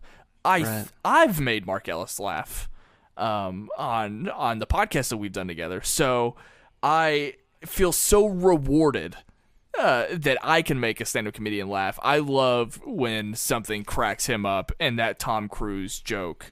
I love when he starts clapping. That he's laughing hard enough, he starts clapping. Right. It's great. So anyway, yeah, that's how you know that Ken Napzok is nailing it when fellow comedian Ellis is rolling over in his chair. And then, you know what though? Ellis will even give the courtesy laugh. Like if Campia makes a joke that nobody else laughs at, Ellis will always throw in a nice courtesy laugh just so that Campia doesn't feel bad. Like he appreciates people's attempt at comedy. Yeah. And I think he's giving them kind of a subtle nod. He's generous with the courtesy laugh. He's generous with his laughter. Absolutely. And then of course, who but Ken Napzok can pull off that Bertolucci Last Tango in Paris thing? I mean, that could have been crazy. That could have been a buzzkill. But leave it to Ken Napzok to make it to pull it off and succeed with that. And I can't believe it. In almost every news, Ken is very particular about making his points known when it comes to gender politics or sexual politics. Gender politics, I guess. He's very particular about standing up for women. He's a feminist in a lot of ways. So he does not shy away from defending women any chance he gets. And I really appreciate that because some people don't realize there's a lot of sexism in the comments of these channels. And it's not something I'm going to rant about, but it does exist. And I like that Ken, who is the most popular person according to a Facebook poll, they did a big poll of all the on-air personalities, Ken ran away with it. So the fact that he is spreading rhetoric that is in support of women is only a good thing. Definitely. Let's see. I love that they brought up that one actor from Force Awakens. Looks like Mark again. That was really funny. His uncle, that was amazing. His uncle called this out and said, hey, you kind of look like blah, blah, blah, Daptique or Naptique, whatever his damn name is. And Ellis recruited memes from Schmoeville to show his uncle. So this thing is not dead quite yet. My favorite quote, other than in the news, was Mark Riley saying, I heard that the Red Band trailer is R-rated, so... there you go. Quote of the night for Mark Riley. Here was my favorite moment of the night. When Brett was giving Tiffany a hard time about calling the Rogue One premiere a smaller, more exclusive premiere. And he went on this little snooty impersonation about the fact that it's a smaller premiere, not a bigger premiere like The Force Awakens, and how she was surprised everybody was invited, considering the fact it was at a smaller venue. So I like that Brett was willing to poke fun at that, and everybody else heard Tiffany say it, but they didn't really stop to focus on it. But I like that Brett went back to it. So let me ask you, because Tiffany does so many VIP events, she moderates everything these days, do you think that she's lost the perspective of the average fan when you hear comments like that, like it's a smaller premiere than usual, etc.? Man, you're really reading into that. I don't know. It kind of went over my head. Maybe it's her best friend Kevin Smith and Greg Grunberg. Maybe Grunberg. Well, I mean, when was the last time she was an average fan? I mean, she's on the Wonder Woman set, training on the Wonder Woman set. She's doing all these crazy things. She's always involved in some VIP thing for Warner Brothers, for DC, whatever. And so I think moments like this kind of show that she's not in touch with the average fan experience anymore. And I think Brett was kind of poking fun of it. Not in a malicious way, but in just a benign, humorous way. He was speaking for all of us, though. I mean, yes. It's not just Riley. It's not just Copster. All of us are stupid jealous that those people get to do what they do, especially when it comes to attending Star Wars premiere. Well, Ellis was rubbing it in Riley's face the entire episode. Oh, it was great. I can't believe they couldn't make room for Mark Riley, who busts his hump every day to make movie talk happen. He's the ultimate Swiss Army knife at that place. They couldn't get him a ticket. They could not get him a ticket of all the people that were going. That kind of upsets me. What about Ken? I mean, if you invite Mark Riley, then you're like, well, Ken Knapsack loves Star Wars, and I guess Ken's the new guy on the block. I can see him not being invited because he is the new guy. But Riley has worked his ass off all year. He deserved to go more than certain people who did go. I'm with you. But hold on. I checked Instagram because I wanted to double check. Don't spoil anything. Okay, just go check out Ellis's Instagram. I mean, movie-wise. I'm not spoiling anything movie-wise. I don't want to hear reactions. Just tell me what's going on visually. Ellis just came out of the theater and posted his emoji that he does. Don't say anything. I'm just saying it's up there if people are interested, if they haven't caught it yet. You just got so scared. I don't want to know anything.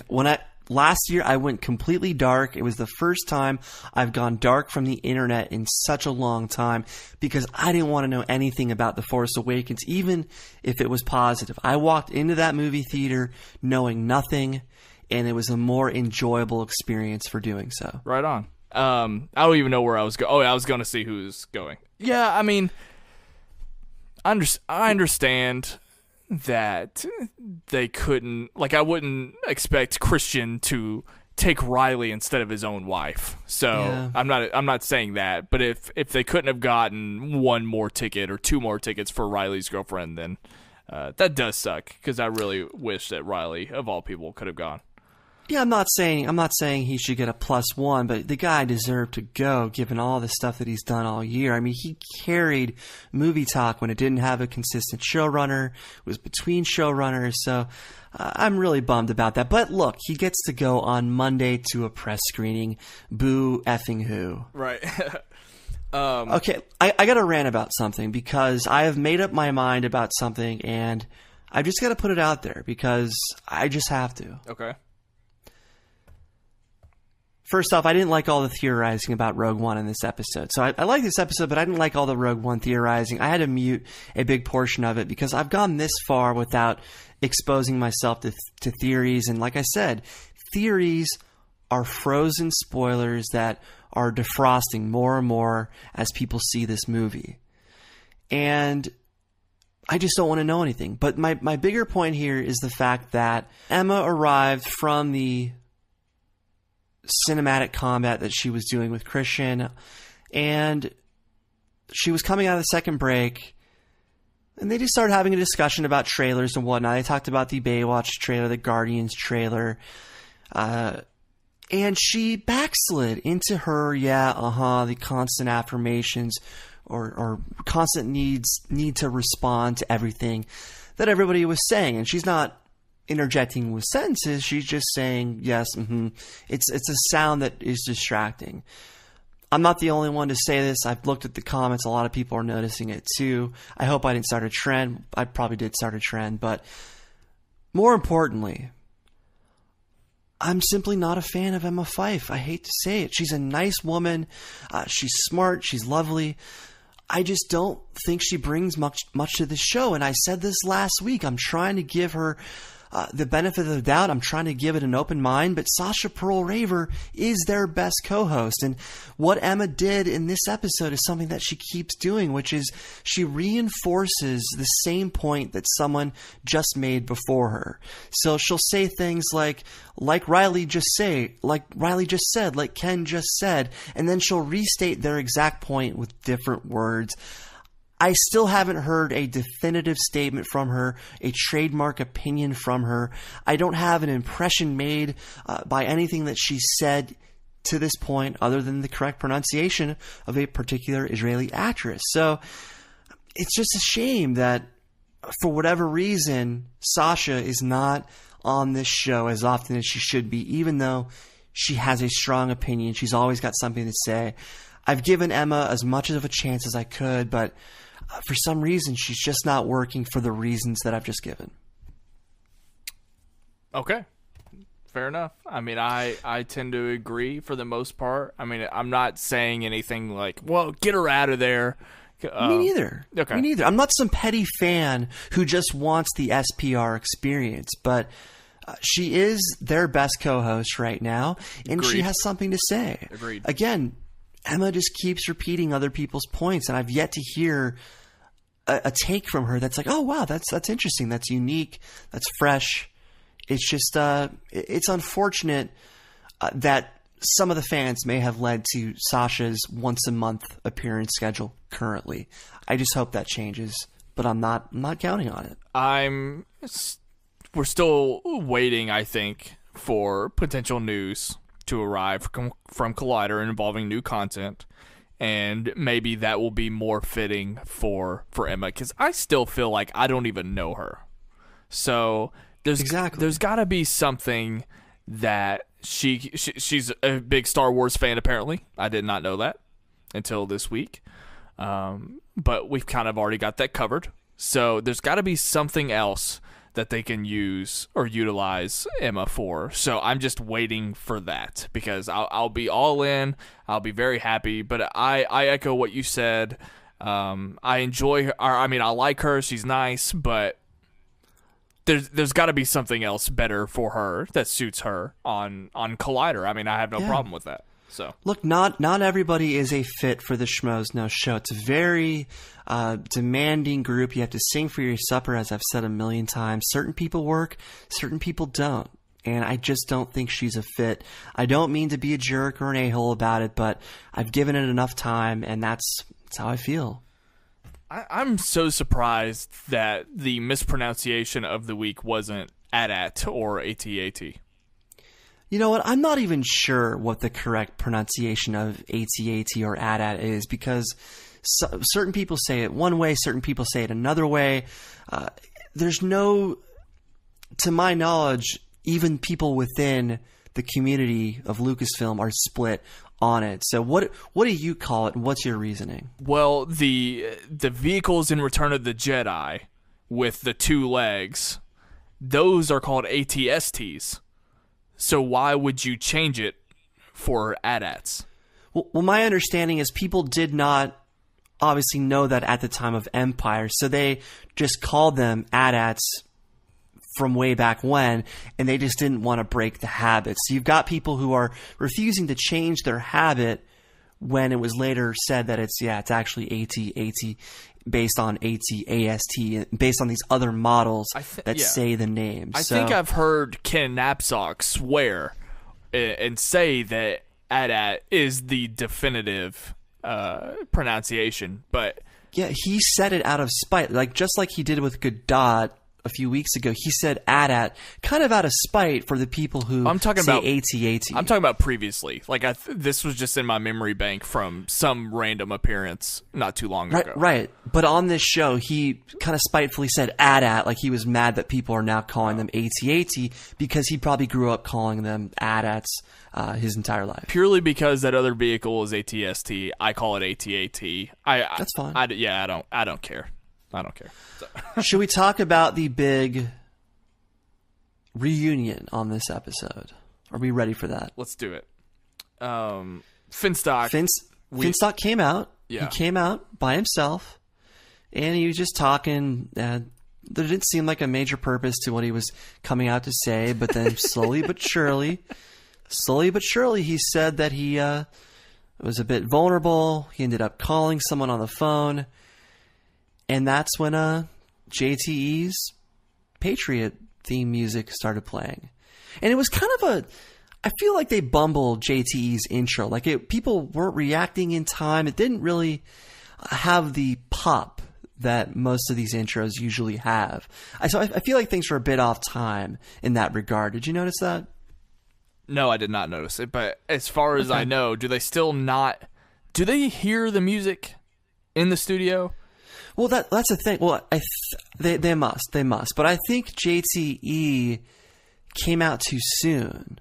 I think he missed his cue, and he came out too soon, or he didn't wait for his cue, and he came out too soon because something didn't jive. Like people didn't react when he came out.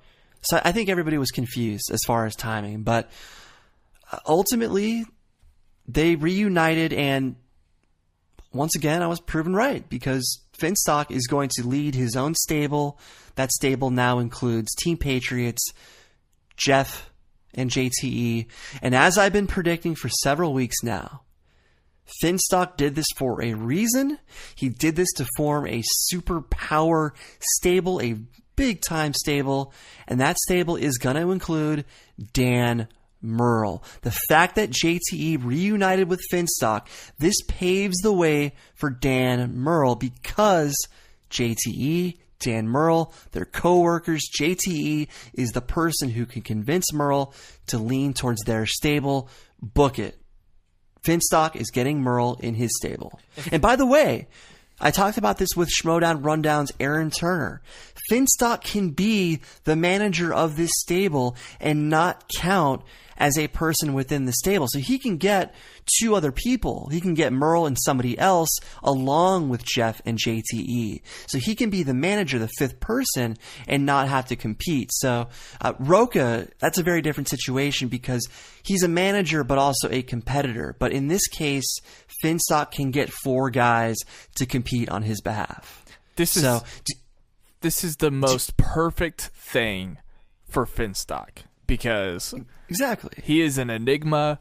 He, in a funny way, has just been pathetic about this entire thing the past few weeks. He called in like the same week he called Macuga a loser, and then admitted that he only wanted to compete against females like Mova and Sinead. So he has become even more pathetic in my eyes. But I'm loving every second of it. I still don't really have a clue as to what... Oh, come on. Don't tell me you don't see the Murrell path that's been paved. That was not at all what I was going to say. Well, it just seemed like you were going to be like, oh, I still can't predict what's going to happen. You've got to admit now that Murrell's coming. Come on. What I was going to say was, aside from like the production that is the Schmoedown, I still don't know what a manager really entails. And I want to propose something to you. Do you think that we're going to get more, and I don't even know what you call them, really, but do you think we're going to get more inserts, more clips throughout the week of these personas like bumping into each other in the hallway? I hope so. Yeah. That's something that we've talked about for a while because Ken Knapsack, he's now there to write, he's there to create content. Use that wrestling knowledge to help the Schmoedown and create those kayfabe moments during the week with short little videos that are entertaining that only Schmoedown fans would understand. Yeah. That's the only thing I can really see coming that will utilize this position of as manager for Finstock. But really, managers in wrestling, I mean, typically they were just there to add to the spectacle of things. They were there to interfere with the referee, to distract the referee so that his team could do something illegal with a chair and whatnot. So it's basically a way for Finstock to give off the perception of being a winner without actually competing.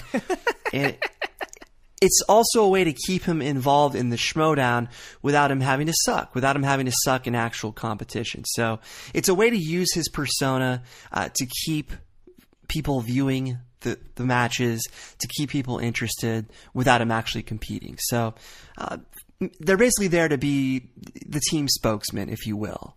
So I bet he'll do all the interviews and whatnot.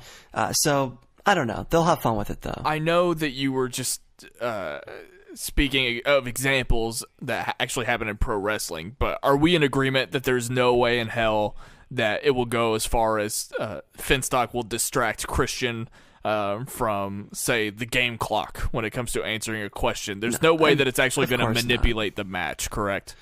No, of course not. But I mean, Finstock can come out in the post interviews after one of his stable mates has a match or a tag team match. He can come out in the post interviews, cause a ruckus, add to the entertainment in that sense. He can bring them out in the introductions. He's the sideshow while the match is kind of the entree. So he's using his persona for the sideshow entertainment. With the audience cam, who knows how they'll use Finstock in that regard. But I know they're going to have fun with him, and it's just a cool way to keep him involved somehow without him sucking on the actual gameplay. But come on, you've got to admit Merle is coming to Finstock's stable. You've got to admit it. Tell me I'm right. I usually disagree. I usually play devil's advocate. I'm with you on this. I agree. And what do I always say? I don't care. What do I always say? Being right. For me, being right never gets old. Okay, that's the lamest thing possible. But you know what's not lame is Ken's joke, you don't own nothing, especially a car. He said that to JTE. And JTE, well, I mean, come on, my God. He said, my luck turned since the Finstock breakup. His luck did not turn because of the Finstock breakup. His luck was never good, first off, but his luck turned because he continued to talk smack. And as we told him in our interview with him, if you stop the smack talk, you're going to get some things to go your way. But he kept on being a heel, and that's why his luck was so bad. So it had nothing to do with Finstock. I realize he said that for the sake of this bit, but it was never a byproduct of Finstock. And they know that. Do you have final comments before we wrap this up and get to our big surprise? No, I mean, they did the Spider-Man Homecoming reaction video to the trailer. I didn't like the trailer. It looks like any other Spider-Man film. I know you're in agreement with me on that it wasn't what we expected from the MCU. My reaction was very similar to RB3's. Right, exactly. RB3 and I weighed in the same way. All this fuss, and yet they're doing exactly what the other films did, except with Tony Stark. It's basically an excuse to use Marvel licensing, and there's nothing new besides Tony Stark, really. So I'm very disappointed. That's my point. I just need to see another trailer for that. But do you like that? I mean, I don't have much of an opinion on like the traditional trailer reactions where the actual trailer plays, but do you like that idea for the live show? Would you prefer that they just not do that on the live shows, considering we aren't? I mean, when I'm watching the live show, I don't have another YouTube video up, so I'm not watching it with them. So how do you have any opinion on that? Yeah, it's tricky because we don't see the trailer as they're doing it. But in this case, I pulled up the trailer while I was watching this video, and I was able to watch it before they watched it. So I kind of had an idea of what they were watching since I watched it first. But it was an effective deal for Rogue One. They did it earlier this year. Then Kristian ran over and did it for Collider as well. So I thought it was effective to some degree. There are some problems if you're watching live, but For the people that watch it after the fact, that watch it just for the reaction trailer, I think it's a really entertaining thing to watch after the fact. Just maybe not so much live. I would just say if it's a Kimmel trailer and it's coming out like at my midnight, just end the show and then do a separate video. I mean, I think that would almost be better. So, I mean, they've been releasing them as separate videos as well. So, I mean, it's cut into a separate video. Before they do the production. same for Rogue One. But yes, I understand. Yeah. I mean, just stop the show, start anew for the reaction trailer. Yeah. Okay. You're right. You're right. Well, I think that about does it for all of the after show recap goodness. We are so glad that you guys came to hang out with us. If you're watching us via the YouTube channel on the SK Podcast channel, make sure that you're commenting down below. We love engaging with you guys. Make sure that you've subscribed to that channel. I would hope that you are, since you found our episode that way. But if you had come across it, say, in a master post on the Facebook group, but you're not subscribed to the channel, let's face it, that's just silly. Come on, do it. If you're listening to us via the podcast feed on iTunes, the Schmoes Know iTunes feed, make sure that you rate and review, not just for our benefit, but for all the other shows that come on this channel. Make sure that you're supporting us in that way, because that really helps out the Schmoes in general. Brian Davids, where can the people find you online? You guys can follow me at BDF331. Check out my TV film podcast, Film Schlubs, wherever podcasts are found, as well as at filmschlubspodcast.com. You can find me on Twitter at WhatUpSnell. I love talking to you guys, so make sure you come hang out with me. And you can also find me on the Sight and Sound podcast, talking music, movies, and television. We've also got our YouTube channel up and bumping. Make sure you subscribe to that. And I'd also love a rating and review on iTunes. Until next week, guys, because I assume that we'll be back next week, despite the Collider week being up in the air and the pre-taped live show. We'll be back. We'll be back. Come hang out with us. Until then, I'm Ryan Snelling. And I'm Brian Davids. And psych, we've got a surprise. We've been teasing it. Ladies and gentlemen, up next is an inserted interview with the one and only Magic Hat Macuga himself.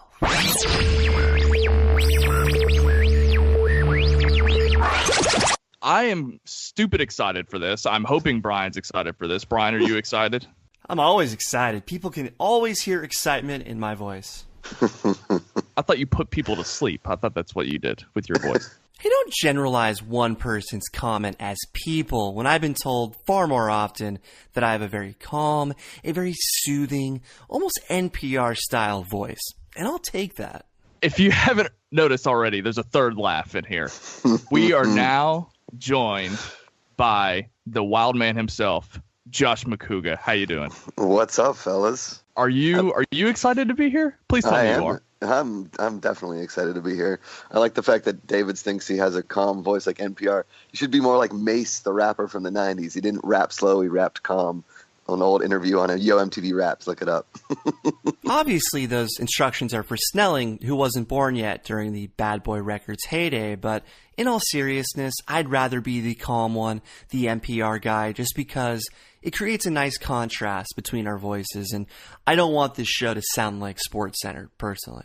I could see you being a little bit like an Ira Glass, yeah. Like I said, I'll take it, but more importantly, hell has frozen over because we've got Magic Hat Macuga on the Schmoeville After Show. I never thought this day would happen. If you're Ira Glass, I'm David Letterman. Let's make that clear, okay? Hey, now you're projecting. I'm just reporting what people have told me. I mean, Letterman is your guy. Ira Glass, not my guy.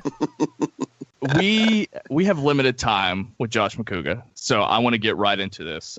Let me just ask you right off the bat, what took you so long? I mean, after all the messages and the tweets, when you were just totally unresponsive, why are you here now talking to us? I think Harloff got me drunk yesterday at lunch, and he was like, you got to do the show. And I was like, all right, whatever. It's Christmas time. Let's hang out with these dudes. Snelling, here's the real story. Harloff threatened to replace Josh's Christmas bonus with a membership to the Jelly of the Month Club unless he appeared on our show. Oh, It's true. It's true. are you in LA right now, or are you? Are you I'm going in to LA. Are you making your way to Pittsburgh here soon for the holiday? We have to. A bunch of us are going to New York for like some work stuff, and then basically like the whole Collider office is going to New York next weekend, and then I'm flying to Pittsburgh Tuesday. So I'll be there till New Year's Eve, and then flying back for New Year's here in LA. Give Mark Fernandez my regards. Oh yeah, big Mark, fucking Dolphins fan. Sorry for swearing. Am I allowed to swear on this? Feel free. Sure, you can swear. Okay. Brian, is Fernandez still not answering your calls? Well, he did send me a Christmas card, so I think I'm back in his good graces. Okay. 'Cause I'm supposed to meet him at the Islands next week. So. Just islands, just islands. The Island is a hotel in the area, though. What's Where the are burger you? place? That's just islands. Oh, okay. Where am I at? Yeah. I am in Frankfort, Kentucky. Ah, gorgeous, gorgeous. Is it gorgeous? It I kind don't know. of I've sucks. never been, but Frankfurt is beautiful this time of year. It's the capital city. It's like right in the middle of Louisville and Lexington. So see, not that many people would know that that's the capital of Kentucky, because a lot of people would say like Louisville or Lexington. But if you knew your state capitals back in grade school, my mom was a school teacher. She beat those into my head. I know my capitals. that's incredible that you pronounce. I'm more impressed that you pronounce Louisville that way, because that's how I pronounce it. I've been to the Derby enough times to get drunk and have people yelling at me. So yeah, Oh, okay, gotcha. So you've been to Kentucky, just not my neck of the woods. yeah, correct. Yeah. I've never been to Pittsburgh, but I hear from one of the guys that I watch on Mondays on TV Talk that it is just lovely. It is the capital of this country. When you say Frankfurt's the capital of Kentucky, Pittsburgh's the capital of the United States. Just so everybody out there is aware of that. Josh, I'm curious. Talk to me. Have you listened to a full episode of this show before, or does Kristian Harloff isolate a few moments to play for you to get you all riled up? Well, here's the thing. I have so much television to watch for TV Talk, and we're trying to sometime in 27 take that show daily. Yes. That's the idea. Thank God. So we can talk more about TV, because there's so much television to watch. Right. So listening to your show sometimes takes a back burner. Now, Kristian Harloff has isolated some key moments for me to listen to. Now, unlike Cobster, and I hope he listens to this part. I love Cobster. He's one of the best. He won't listen. He doesn't listen either. That's fine. He takes it personally. Now, me myself, I can take criticism pretty well. I grew up with an older brother who beat the shit out of me on a daily basis. So I can take the criticism, and I enjoy the fact that you guys do this show. It makes doing our show that much more fun. And I like a good ribbing, and I like giving it back. Just so people understand, I don't have a problem with you, Josh. I've always liked you. I've been a fan of Schmoes for... You're sure about that, I David? promise. I've been a fan for a long time. TV Talk's my favorite show. Do I hear a dump truck backup sound over there? I have said this. I have said this all year long. I've said this all year long. The only thing I had an issue with was the Umberto takedown. Everything else on top of that has truly been shtick. My one regret, though, is that I didn't reach out to you first to let you know that I was going to begin this kind of shtick parade, if you will. Okay. Well, let's talk about the Umberto thing, because I wasn't going to bring that up, so feel free. But well, hey, BD brought it up. Ultimately, that's what started all of this, because I ranted on this show against your Umberto takedown. Kristian gave it a bunch of attention on the live show. Then the listeners jumped into the fray. And that's why I decided to create this shtick-based rivalry between you and me. was that Schmoeville 25 that happened? Was that our big episode? No, it was episode 21 when I went off on his Umberto takedown. Here's the deal. I may have jumped the gun a little bit. Here's my problem with Umberto. And it started at Comic-Con 3 years ago. So I lived in New York for 2 years after college, okay, and I went to college at Penn State. So mostly you were hanging out with Pittsburgh people, Philadelphia people, some stragglers in the central Pennsylvania area, and then like a decent amount of Long Island people, and some New Jersey, right? Other than that, that school is pretty much that's it, okay. So when I moved to New York, I really didn't have any experience with like those bridge and tunnel club promoters until I got to the city. And once you get to the city, they're like fit T models on Instagram. They're everywhere. They're annoying, and you can't get away from them at every bar you go to. Doesn't matter if it's a club, it's a speakeasy, it's a local bar. There's some cheesy cheese promoter that looks like Vinny or Pauly D from Jersey Shore telling you can't get into a bar without like 7 girls and bottle service, okay? Are we still talking about Umberto? Yes, it's going to parlay into Umberto. I see where he's going. Okay. So when Umberto first started calling into Schmoes a few years ago, he was that dude. He was that club promoter, and that's pretty much all I heard. Now, was that judging a book by its cover? Sure. But when you start reading the book and the book looks just like the cover, it starts to get annoying. So Comic-Con 3 years ago, he has this party at this club, and all the Schmo crew shows up, and he's like, and I was late. I was at like another thing, and I show up, and he looks at me. He's like, "Who you here with?" And I was like, "Umberto, it's Josh Macuga with Schmoes." He's like, "Is it?" I was like, "What? I was like, "Are you fucking kidding me, dude?" He's like, "Hey, man, it's pretty packed in there." He's like, "You mind waiting for a little bit? You have any girls with you?" I was like, "Are you kidding me?" I was like, "It is effing Comic-Con on Thursday night. It's not even Friday or Saturday." So that's when like a little bit of deep-seated shit starts happening. Now, fast forward to me getting the job with Film HQ, right? Which was, I was the only writer on the show, and so I basically had to basically do a movie talk for an entire week. So I had to collect all the news stories all week. Now, usually that includes a ton of superhero news. And unfortunately, Grantland had the audacity to call Umberto, what did they call him? Like the Brett Favre of superhero news or something silly like that. And Grantland, when it was still a thing, was a huge deal. I mean, they had a ton of readers. Sure. And so you give a dude that already has that bridge and tunnel ego, and you give him a compliment like that, it's like, I mean, now he's going full Dallas hairstyle on a trophy housewife. He is Mr. Everything, right? So he can just say whatever he wants. Now, for me, that means that when I was making fun of his hot scoops, when a hot scoop lands, that means that I actually have to like kind of trace that down. And when no other website picks it up, and John Campea tells me like, I don't know, I wouldn't put it in. If it's just Umberto reporting it, we should probably wait it out. And then, I actually have to do like my due diligence. Now, maybe that's my job, but also I'm working on the timeline, and I only have so much time in the day to work 9 different jobs. So Umberto was starting to get on my nerves for like the 3rd straight week. There was a hot scoop, and maybe the live show of the Schmoes Know wasn't the time to take out my frustration. Now, do most of Umberto's stories probably check out? I would imagine. But some of his biggest stories do not. And usually when he writes a story, he doesn't have a source. It's just him hearing rumors of possibilities. Right. That's my problem with the dude. Then, to add on top of that, our booker for Film HQ brought him on to Film HQ like 4 or 5 weeks ago, and my dad just so happened to be in town, and I brought my dad to check out what I do. So my parents really don't get to see that often being in Pittsburgh, and he was a dick to my dad at Film HQ, and that's when I was like, fuck off, Umberto. You're dead to me. I don't care. I will gladly make fun of that dude on any platform. Not that I'm gonna attack him or anything like that, but if somebody asks me my honest opinion about Umberto, I'll fucking tell him straight up. Was this after the takedown? Was this after the takedown on the live show, the Film HQ Dick to Your Dad thing? Yes.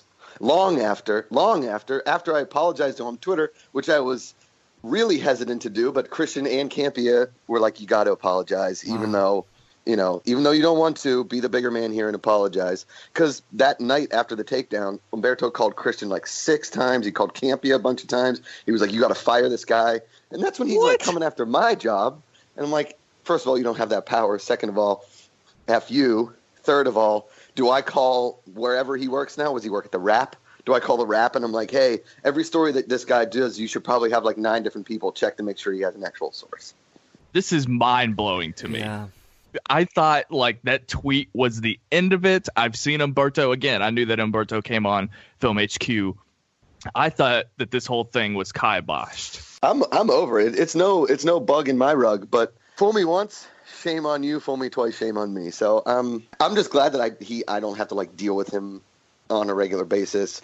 I don't go to every screening with the guys who see him at pretty much everything. We used to make fun of, in college or now or whatever, when you would meet girls that were really hot and had boyfriends that were just wet blankets. We used to call them bus boys because they didn't really bring anything to the table. They took everything away. Okay. And so I would call Umberto a busboy. That's all. Man, I'm going to get shit for this. Oh, I think you might. But look, I want to take the opportunity to say I told you so, Brian, because I think when you were going off on Macuga for this, I was the one playing devil's advocate, and I was the one trying to go easy on him. So I just wanted to take this opportunity to remind everyone that was my stance. Wait, hold on a second. You can't go back and say, oh, I was right, when there are new events that happened after the takedown as well as my rant that now change our perspective. However, my rant had nothing to do with who was justified on a personal level. I'll let you guys talk. Go ahead. It's great. There's more to this, obviously, than we ever realize, and that changes my perspective. But mainly, my biggest concern with that takedown was that it affected a relationship of Christians. And that was my main concern, because Kristian built that relationship with Umberto for many, many years. So I understand now why Josh may have an issue with him. I was just speaking from Kristian's perspective as someone who leads the show. And to be honest, Brian, you're right.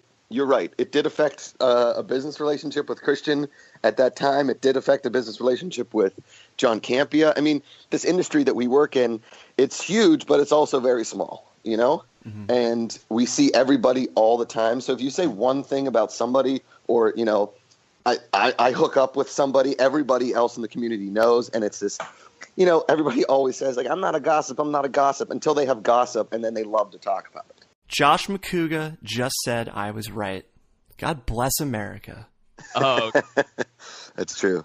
I never got the impression, though, that you went out of your way to attack him. It just kind of happened. Honestly, had no intention of doing that. But when the story was brought up, I kind of went on a bit of a Cobsterish rant, or a Riley rant. And, you know, foot and mouth disorder. I probably, you know, I deserved a little bit of hate. But, you know, I mean, you move on. I honestly, the story that I told you guys, I don't hold a grudge. I don't think about that dude at all. I still have my job. He still has his job to do. I'd love to face him in a Schmoedown and just wax the floor with that dude, but you know. Yeah, just to cap that off, and then we'll move forward, because I know that you'll have to leave soon, or I have to leave soon, actually. But no worries.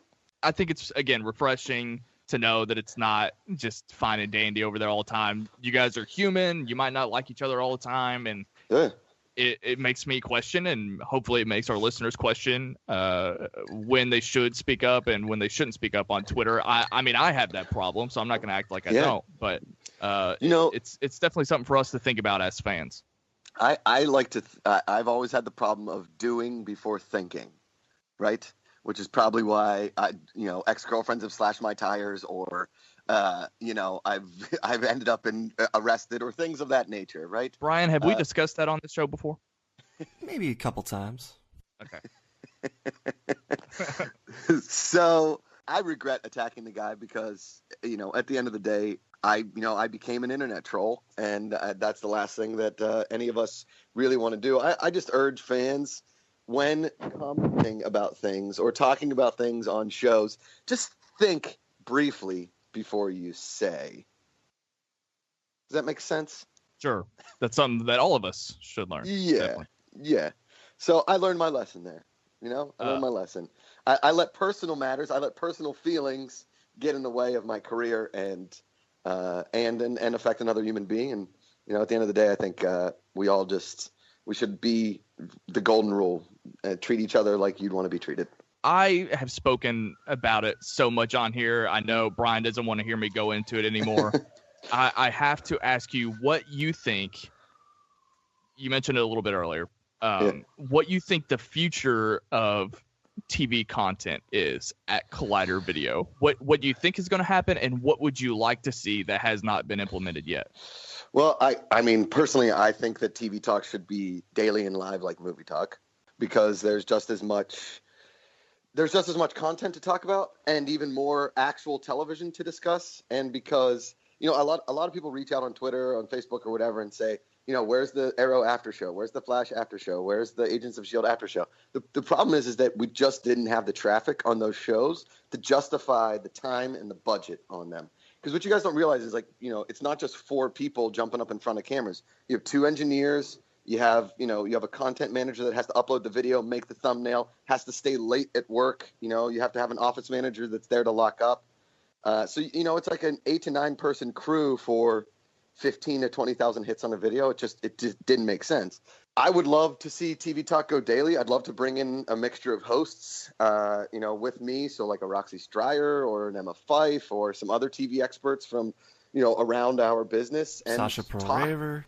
Yeah, Sasha Pearl Raver. Obviously, Sasha Pearl Raver is, I love my TV Talk crew. I think we just have a great time, and it's one of the more rowdy shows on Collider. And that's what makes it great. Yeah, thank you. It's our favorite show collectively between the two of us. Thanks, man. I appreciate that. So, we love to have a great time. And, honestly, I love talking TV. I love watching TV. I've been kind of a TV junkie since I was a kid. And I think that what made Movie Talk so great and what makes it great is that it is daily and that people know when to tune in and they know when to watch, they know how to watch, and they know who they're going to see. And I think, honestly, why do people tune into SourceFed? Why do people turn into Nerdist? Why do they tune into Collider? Because of the personalities. We all talk about the same stuff. Right. It's that they want to hear what Kristian Harloff has to say about Star Wars, or what John Schnepp has to say about Heroes, and what our crew has to say about television, Griffin and Sasha, myself, Sinead, because it feels like a little bit of a family. And that's the beautiful part at Collider is that, we all have our separate shows. And it's like a little bit of a shared universe, it's like the MCU. We all have our standalones, and then we all have our Avengers, and we are like an amazing dysfunctional family of maniacs, and it really works. And I think taking TV Talk daily would really help to drive traffic and talk more about actual TV shows. So instead of waiting an entire week to talk about The Flash, or an entire week to talk about This Is Us, or the Rectify series finale, or when Luke Cage, or when like a new season of Black Mirror, or when the new season of Stranger Things drops on Netflix, we're right there to talk about it, and we don't treat it like a weekly show, and we don't have so much to talk about in just an hour. We can spread out that hour over 3 hours over the week. I think that makes a lot of sense. We just have so many irons in the fire over there right now. There's so many people working on so many different things, and to be honest with you, we are overworked. I mean, we have so much going on. There's not a dull moment where you're not running around that office. Hell, I haven't written anything in so long. I haven't sat down and been able to just sit down and write, or I'm constantly working, much to my significant other's chagrin. She would love more time with me. I would love more time to do some other projects and stuff like that I've always had passion about, but I have so much passion for what we do at Collider that kind of wouldn't have it any other way. We thank you for it, because Brian's absolutely right. I guess Kristian hasn't relayed what we've said positively about you, but it's absolutely true that we have said so many times that TV Talk is the best show. Oh, thank you guys. Sorry, I appreciate Brian. that. No. And I know, Kristian's a scriptwriter. He loves creating controversy. He's great at it. He since I've known him, has been a wrestling promoter. Not actual wrestling, but he is Vince McMahon. He promoted boxing in college. He loves that Schmoedown, and he treats it like wrestling, and it shows. It's a success. People watch it. People love it. People are passionate about it. And I'm such a game show guy, and I'm such a competitor that if they wanted me to compete every week in a match, I would 100%. Staying on TV Talk for a minute, there's been a lot of talk recently about theorizing in regards to TV shows such as Mr. Robot or Westworld. Certain TV writers think that we're ruining our own enjoyment since we've proven that we can spoil shows collectively at this point. And while TV Talk is my favorite Collider show, I've had issues with the amount of theorizing that takes place during typical spoiler discussions, because I want to be surprised still. I view theories in this day and age as frozen spoilers that defrost throughout a season. So where do you weigh in on TV theorizing in general and in regards to TV Talk? First of all, and I got a lot of hate for it, and even from my co-hosts as well, and from a lot of people that I know, I personally did not enjoy Westworld. I'm with you. Yeah, with you and too. that's awesome. Thank you, guys. That show was very average. Was it shot well? Of course. It was shot beautifully. It was shot like a movie. The acting, I thought Evan Rachel Wood was great, and Anthony Hopkins is great in everything he does. But the show on a whole, we've seen. And who cares about robots and billionaire assholes? Really, who cares? Please forgive my interruption, but would you have enjoyed the show more had you not been spoiled by fan theories 8 weeks ahead of time? And that's what I was just going to say. Yeah. I'm sorry for interrupting. No. Great question. Yes. All the Reddit users and all the theorizing and all the timelines, that doesn't make TV fun for me. Let me watch my television and let it play out. Had somebody told me in episode 5 that the Red Wedding was going to happen, I would have fucking punched them in the face. Because I personally think that's one of the greatest moments in TV history. And I didn't read the books, and I will not read the books until the show is over because I don't want to spoil anything. I read all the Harry Potter books, and the movies were average to me simply because I read the books. And Joe Rogan has that joke, or I don't know who has that joke, is like the books are always better than the movie. Sometimes the books are better than the movies, and I don't want to read Game of Thrones books because I want to see what they do, what Benioff and Weiss do, and how they make it play out. And everybody's like, oh, you didn't watch the original Westworld movie. Well, is it going to spoil the show? Because then I won't watch the show. It doesn't, like, spoiling it for people isn't fun. That's why we put the spoiler alert. That's why, you try and give people the benefit of the doubt. If they haven't seen it, skip it. If you have seen it, don't tell people. Give themselves a couple of days. I'm not one of those guys that can record sports, right? If I miss my game, I'm on my phone checking score. I can't be the DVR guy that's like, when the Penguins were in the Stanley Cup playoffs and my one buddy was like, don't text me for 4 hours. I'm at work. I can't see the game. Like, hey, man, I'm not going to text you, but that's your own damn bad. I understand that people like to do that. Same with regular television. I haven't watched the Arrow finale yet because I've just been so busy with other stuff. And every time I've seen like the beginning of a tweet, Arrow, I skip right by it because I don't want to be spoiled by it. And I want to get my own thing. And I love Jason Inman, but he was the king of spoiling shit on the show because he read every fucking comic book in the world. It's friggin' frustrating, man. So would you consider pulling back on the theorizing for future episodes to just focus on the episode that we just watched to avoid future spoilers? Because as an audience, we have proven that we can spoil shows together. You're right. And I would love to drive the conversation away from theorizing. I really would, because one, I'm always wrong. I'm always wrong. When I write scripts or anything, I try and go the popcorn route. I've never been one of those guys that can write a script or develop a theory that's like, ooh, the oh wow moment that every writer talks about, the M. Night Shyamalan moment. I've never been able to do that. So I would love to get away from theorizing because I'm with you, Davids. I'm with you, Snelling. I don't like it. It doesn't do anything for me. I would much rather talk about what's happening in the episode than what's going to happen next. Obviously, you have to talk a little bit about what's going to happen next, but talking about the story that's going on right now is just as good. I mean, look at this season of Arrow.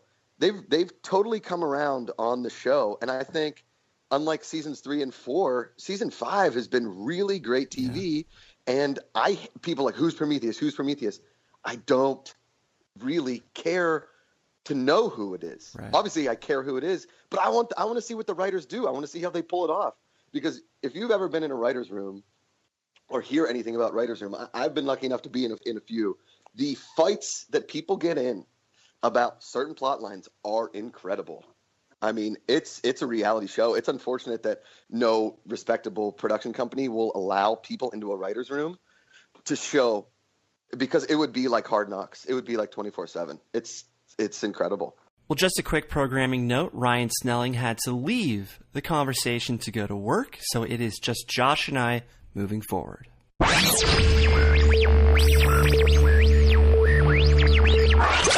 To quote Tyrell Wellick, I've said this before, but we were meant to be allies because so much of what you've said so far I agree with completely, whether it's theorizing, whether it's certain shows that you love, and Halt and Catch Fire, The Leftovers. So why don't people watch Halt and Catch Fire, man? I don't know. Why? It's going to be in my top 3 as far as top 10 lists go, but that's another conversation. So we're doing, I don't know if you did you watch TV Talk last week? Of course. So we have to film a regular TV Talk on Monday, and then we're filming our year ends because the whole office is going to be in New York on the 19th, and then obviously on the 26th, the office is closed.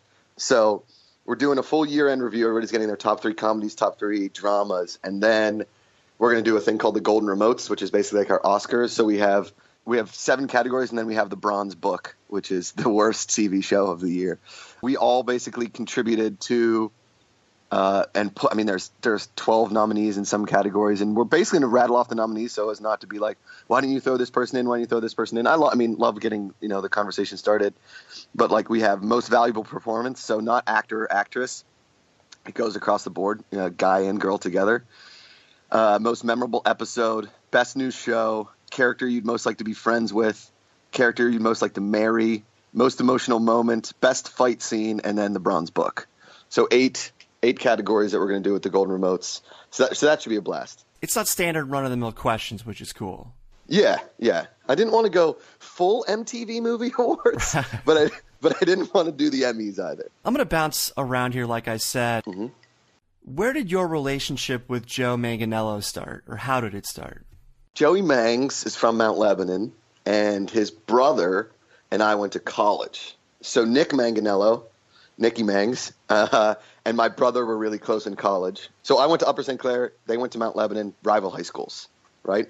Now, Joe is a full 10 or 11 years older than me. His brother is only 2 or 3 years older than me, so he's my brother's age. I met Joe a long time ago. I actually met him in New York when Nick was living in New York, and then I actually met him at Penn State one time. The first time I met him was right after the first Spider-Man when he played Flash Thompson.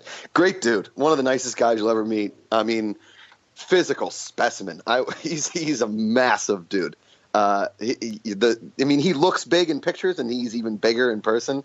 We were at funny story. I was in Sundance like 2 years ago, and I'm at a party, and he and Jason Momoa are talking to each other, and I'm like, put those dudes in a fucking action movie together. They are incredible. They were just 2 giant human beings. And sure enough, they could be in a movie coming up, potentially. I know. Aquaman's probably my most anticipated movie of the next 5 years. Did you know about Deathstroke before the general public did, as far as Joe? I have a buddy that works at Warner Brothers, and he called me about 2 days before that video went live. And then I was texting Nick, his brother, and he was like, dude, we got to keep it so under wraps. They had this whole thing planned. It's pretty awesome, man. It's pretty awesome. Now, the Josh Macuga Show, I'm a big fan. Oh, thanks, man. What is your plan for the Josh Macuga Show in 2017? Where do you want to take it ultimately? I'm going to start shooting a lot more standalone content, some more like, fan questions. If you ever want to come to a taping, just because I know you're in Orange County, right? Yeah. Yeah. If you ever want to come to a taping, just ask. I'd love to have you up. I think Schmoeville's head just exploded. I mean, like I've said multiple times in the show, we shoot in my apartment, and it's a cool turnkey operation. It's a 3-camera setup. I have a livable apartment with my girlfriend, and like to put up the set takes me about an hour, and it looks awesome. When people come in here, they always say the same thing, like, holy shit, this is incredible on TV. It looks like you're in a studio. But where I want to take it, I want to be able to do it again weekly. Obviously we're all so busy, and especially my editor, Thad, who now is the head of post-production at Collider. With all the different shows we're working on and all the things we've got going on, we only have time to shoot 2 a month. Right. Like anything, like you guys know, it's just difficult to book guests. People have busy schedules. So do I. And so do all, like my 2 producers. And, Cobster he was a producer on the show now too. He helps us out in all the shoots. That kid, I'll tell you can't talk about a better dude than Cobster. Like, I know that he may have the differences with the show, but that dude is one hardworking kid. We totally respect him. I just wish he liked us.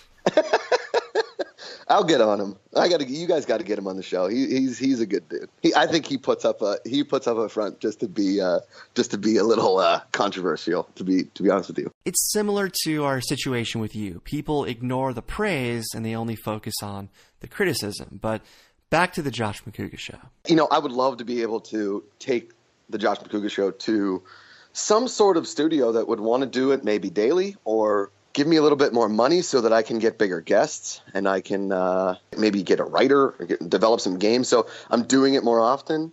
But in the meantime, I want to start shooting some more standalone stuff from the desk, answer fan questions, some different segments so that we're releasing just more content on the channel, because on YouTube, if you're just not, if 2 episodes a month just isn't enough, and I know that. If I'm able to release maybe 2 or 3 videos a week that are just, me from the desk talking to fans, or maybe do some, I don't want to be the dude that does trailer reactions, because I feel like everybody's doing that. I always want to do something different on my channel that isn't movies and TV. Like Mark Ellis and I, we want to do a sports show so bad with either Complex or Collider, or something where we're talking about sports, because if you were in the room with us talking about old sports stories or sports references or what's going on in sports, you would have a really, really good time. Yes, we're passionate about movies and TV, me mostly TV, but we're also pretty passionate about our sports teams, and there's such a fun time talking about it. So there's always irons in the fire. There's always things, but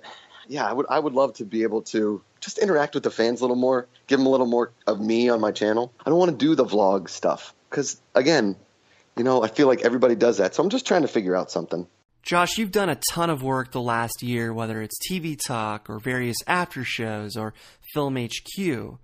Given the reps that you've had, how would you assess yourself at this point as a host/co-host? Well, I think, like anybody, you're your own worst critic, your biggest critic. There are times when, because you definitely know when you don't have a great show, and you definitely know when you have an amazing show. I mean, you're always trying to get better. You're always trying to be better. I feel like I'm very different than a lot of hosts at Collider. I'm not always looking for the joke, but there's just that piece of my brain that always wants to entertain, and I just don't want it to be a boring conversation. I don't want it to sound like I'm just rattling off stats, and I don't want to be like that cheesy Sports Center anchor either. That's sure. Like, I think there's like a delicate medium that I'm trying to find, and I don't know if I found it yet. I mean, I honestly don't know if I'll ever find it, but just keep striving to be something that people want to tune in for, and they want to tune in for what you have to say. Because like I said, we all talk about the same stuff, and they tune in to hear what you have to say. So I got to make sure that people are tuning in to hear what we say, so that we are the headquarters for all of your TV talk. That if somebody's like, I want to hear what they have to say about any show, that we at least try and cover, there's so much television, right? You can't watch everything. That we cover at least like 50% of what the general going public watches. I don't even know if that's possible. Jumping back to Penn State, where you went to college, did you always have the plan to come out to LA, or was this a plan that you've had long before Penn State? I was like 11. My mom asked me what I wanted to be when I grew up, and I said, I either want to be a regular at a bar or Alex Trebek. I think that obviously worried my mother, but I always knew that I was going to do something in entertainment. I'd always, either done a school play. I never did the musicals. I never a big musical guy, but always did like school plays. Always did hosting stuff on the high school station. When I got to college, like any kind of idiot in college, I just kind of lost my mind and went nuts and just partied. And school was definitely an afterthought. I mean, I graduated, but I didn't get. Let's just say this: I didn't get a B in high school, and I maybe got like 3 A's in college. So I can relate. Yeah, I definitely partied my way through college. But I knew my probably like 9th or 10th grade of high school that I was going to move to LA and do this. And when I told my parents that I was like, I was for real serious that this is what I was going to do, they were obviously concerned. But my parents are awesome. They're very, very supportive. So I graduated, moved to New York, and I was just going to act, to be honest with you. I was still going on like hosting auditions and things like that, but the problem with Hollywood and the problem with entertainment is they don't pay you to figure out what you're good at doing, and they definitely don't pay you to figure out what you like doing. And it took me a while to figure out that I really didn't love acting, right? I mean, I'd love to be on a show because really and truly acting is like breakfast, right? Anybody can make breakfast. You can make eggs, you can make pancakes, but it's really hard to make a really good breakfast, right? And that's why there's 50,000 actors out there and only maybe 500 are working. It's a really difficult craft to make look good. And I'll be honest, I'm a pretty decent actor, but I never had that hustle to like want to keep auditioning, want to keep going on cattle calls, get a call back, that kind of stuff. It really gets exhausting. And it wasn't the rejection. That's what everybody always says. Like, I couldn't take the rejection. I didn't mind the rejection. I honestly hated not working. Come from a blue collar family, come from a blue collar town. I just wanted to work. And there's just not a lot of jobs, and there's just not a lot of work for actors. So you kind of have to make your own thing. And we're lucky enough that we live in an age where we have YouTube, where we have outlets that we can promote, like that we can produce content that we can do on our own. You know what I mean? I just don't have to, I don't wait around for somebody to be like, hey, we're going to give you the Josh Macuga show. I built that brand from the bottom up. Same as Schmoes, same as Collider, is that, you know, we all work our asses off to keep building a brand and to keep our foot on the gas, because nobody's going to pay you to figure shit out. That's what amazes me most, as many of you guys came to LA to accomplish different things, but with the advent of podcasting and YouTube, you no longer had to wait for an opportunity. You could create your own opportunities in a way that was still connected to your original pursuit. 100%, man. YouTube changed the whole game. And I give Kristian all the credit in the world. Ken, myself, Mark Ellis, Riley. I mean, I think we saw the benefit of long-form YouTube content before it was ever a thing. Dude, I can't tell you how many meetings I was in 2010, 2011, even 2009, when the Casual Mafia first launched and we were just doing online sketches and we were doing the music videos. Have you seen any of that old stuff? I have. Any of that old stuff where we would get in meeting rooms with people, and dude, like, you know, me and my buddy Paul, who started the Casual Mafia, who's still the main producer on the Josh Macuga show, we're best buds. We've stayed friends this whole time throughout this whole thing. We would go in these rooms with these. We sold a pilot to MTV. We sold a pilot to Endemol. We sold a full feature script to Fremantle. They would always say, when we would bring up like a sketch or bring up internet content, they'd be like, listen, people aren't tuning in past 2.5 minutes. So if it's longer than 2.5 minutes, nobody's going to watch it. What are we seeing now? People are tuning in to 2 hours of a Schmoes live show. I guarantee you that Schmoedown Spectacular will get over 200,000 hits, and that's a 3.5 hour show. This long-form YouTube content and long-form digital, 5-6 years ago, people are like, I'm not going to watch that on my computer. How much content do you watch on your computer? I watch so much on my computer now. Everything. So much. Yeah, everything. Plug it in your TV. Everybody's got a smart TV. It is still a little bit of the wild, wild west, but man, you know, I think we were a little bit ahead of our time, and that's why we kind of have the following that we have now, is that, you know, we thought that doing a long-form show was a good idea, and it was fun, and that people wanted to tune in, and lucky enough they did. Josh, take me back to your first impression of the Schmoes Know Show, the Schmoes Know movie podcast, including the Schmoes themselves. Mark and I, we've told this story a bunch of times, but Mark and I basically became friends trying to break the world record for longest continuous stand-up show at the Laugh Factory. So we were doing stand-up at 3 a.m. and just hanging out like buddies, drinking. You know, we started talking about Schmoes and everything. He's like, yeah, you got to come on. And then when the Toad Hop days came around and, you know, Justine and I had Three's Too Much, and I was listening to Schmoes, I'm like, this sounds like something that I should be a part of, that I want to do, that I want to be a part of. That first show when I was basically at my apartment listening to it. It was one of those first live shows at Toad Hop. The old studio was walking distance from my apartment. Those were the days. I didn't have to drive anywhere. It was amazing. I was like, I'm just going to walk over there and hang out and see the show live. And when I was in there, it kind of just immediately felt like, this is kind of family. This is fun. This is something that I want to do. This is something that we did. And then that night we all went out for drinks. I pitched them some segment ideas. I pitched them, like what maybe my role would be in it. And I mean, I think maybe like the second or third show, Kristian started calling me the Wild Man, and it stuck. My uncles have called me that for years. I think much to my parents' dismay, I've actually acted like that for most of my life. It's all making sense now. But yeah, it just felt like something that I wanted to do, and that ultimately would be a success because of all the people that were in the room together. You watch television and then you hear backstories of how the cast didn't get along. Like, you see so many of these movies where these people have unbelievable on-screen chemistry and hate each other off. I think that shows like the side of like a pure actor. But for us in Schmoes, when the cameras stop rolling, we're still best buds. Right. We all hang out. We all like get drinks outside of work. We all go to each other's birthday parties and, weddings or whatever the case may be. We all get along. Because maybe in the YouTube world or maybe in the hosting world, it comes across way more if you don't have the chemistry than it would when cameras are only rolling for like a minute and a half, 2 at a time, like in a movie or a TV show. Really good buddy of mine was doing stand-up in Atlanta. And, when you do stand-up gigs on the road on the weekends, you go to all the local radio stations to promote. And he went on a local Atlanta radio station, and Steve Harvey was the host of this like an Atlanta day show. Maybe it was on Sirius or something, right? And he walks in, and Steve Harvey is reading a newspaper.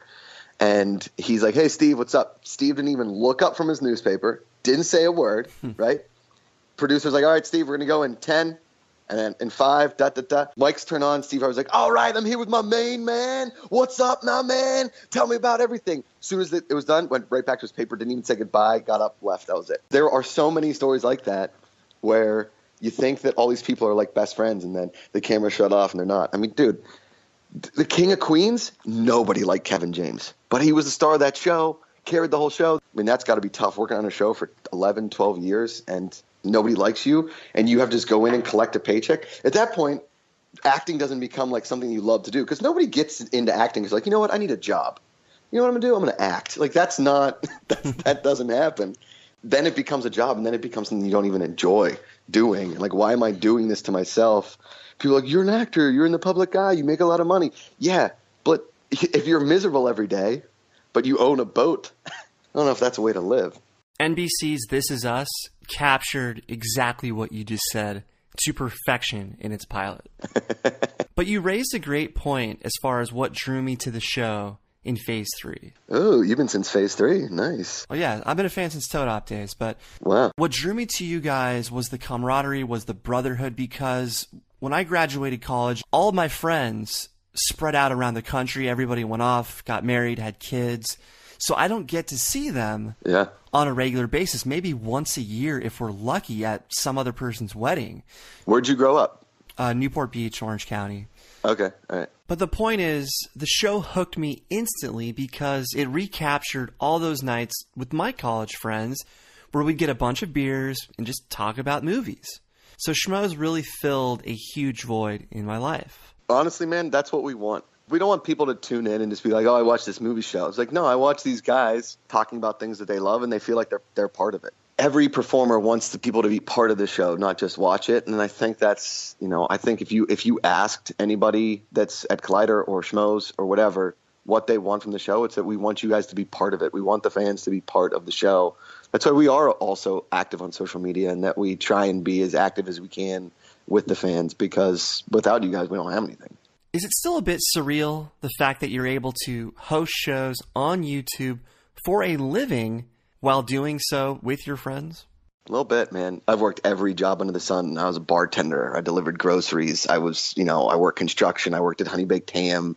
I mean, you name it, I probably did it. Everything from customer service to management to anything like that. I mean, I was a real estate agent. I'm telling you, I did tons and tons of jobs. There are days when I sit in the writer's room at Collider, or after TV talk, or when I see money show up in my bank account from something that I love to do. You do have to pinch yourself. We're kind of like the 1% of people that get to ply a trade that they love to do and get paid to do it and are able to support themselves. The other 99% of people are like what I just said, is maybe they book one commercial a year. Maybe they don't even book a commercial. Maybe they book like a small guest starring role on NCIS, and that's the only thing they work on all year. The rest of the time they're bartending, they're waiting tables, they're selling medical devices, they're doing 90 different jobs in order to support themselves, when all they really want to do is be a series regular on Grey's Anatomy.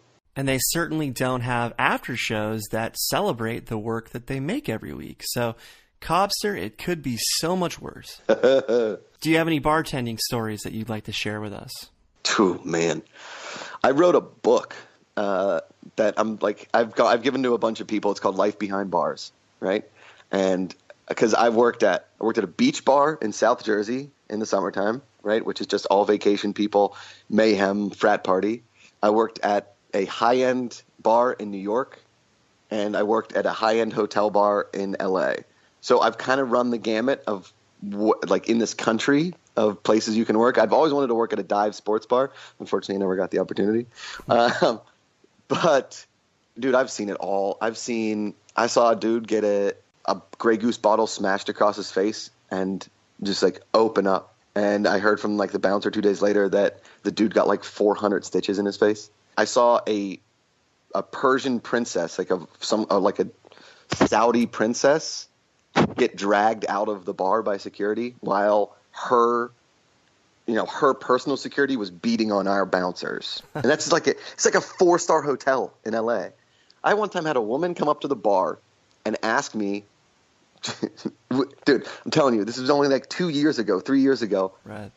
Woman comes up to the bar on like a busy night, Friday, like 3 deep, and she looks in my face and goes, "Hey, do you have a fax machine back there? I really need to send a fax." And I was like, "What did you just say to me? A fax machine? No, we don't have a fax machine back here. Do you want a drink?" I mean, who asks for a fax machine at a bar? That sounds like the night manager. Yeah. That one fax could have involved you in this big international arms deal, much like Tom Hiddleston, who simply made a Xerox copy for one of his guests. Yeah, we don't have a fax machine at the club. I'm sorry. I've seen some stars do some awesome stuff. I mean, George Clooney, he frequented our bar because it was owned by Randy Gerber, who's his best friend. Yeah, Cindy Crawford's husband. Yes, correct. I yelled at Cindy Crawford's kids, not knowing that they were her kids. Opening the bar, I come into the bar, and there's 2 kids behind the bar. They were probably like 7 and 10. Now her daughter is like the face of Marc Jacobs. But there's these 2 kids like playing with liquor bottles. And I come around the corner. I'm like, "What the fuck are you kids doing here?" And then I look up at the bar, and there's Cindy Crawford. She's like, "Those are my kids." And I was like, "I'm really sorry. You own this bar, and I look like an idiot. That's my bad." Loved you in Fair Game. Loved you. Fair Game. Wait, which Baldwin was in Fair Game? Was it Billy? Billy, yes. Billy. Yes, okay. I know this is a tough question on the spot, but what are your personal highlights from your Schmoes Know experience? Definitely in there would be beating Harloff in 2014. On a question that everybody thought was cheating, was most definitely not. I'll tell you straight out, the only reason I got that question right is because Alicia Malone was wearing a shirt that said "Save Ferris," and I was like, Matthew Broderick, yeah. the hell.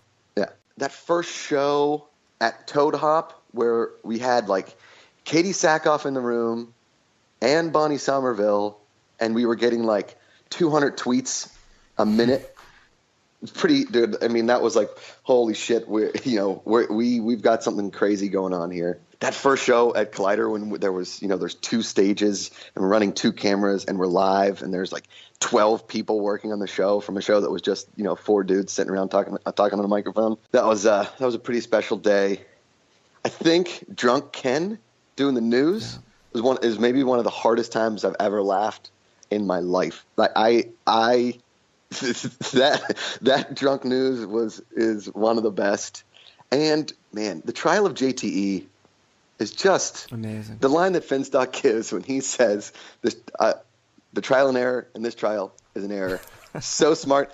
And I've been friends with Tom for a long time. That is definitely the funniest thing he's ever said. 100% the funniest thing I've ever heard him say. JTE, the kid gets so much funny hate. It is the best. If I could just sit around and listen to that dude complain and talk, I mean, he's a 40-year-old man-child. Nobody knows how old JTE is. He could be 60. He could be 26. Nobody's sure. He's looked like Charlie Brown since he came out of the womb.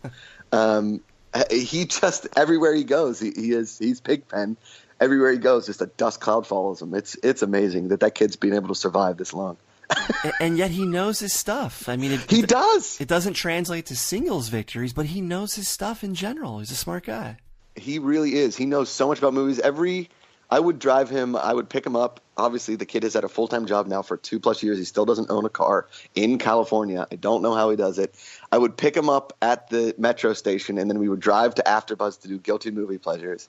And we would sit there and talk about movies. And the dude's knowledge is astounding. For as Ken likes to say, as unput together his life is, his movie knowledge sure is put together. It's a great way of saying it. Now, You mentioned Tom. You mentioned Finstock. You guys had the famous kayfabe breakdown recently, the breakup. Do you know who your next tag team partner is going to be? And is it Sasha Pearl Raver? I can't say, but I will say that a team TV talk would be awesome. I would love that. I'd love to team with Sasha Pearl Raver or David Griffin, or maybe all 3 of us rotate in and out. A TV talk stable. Yeah, TV talk stable.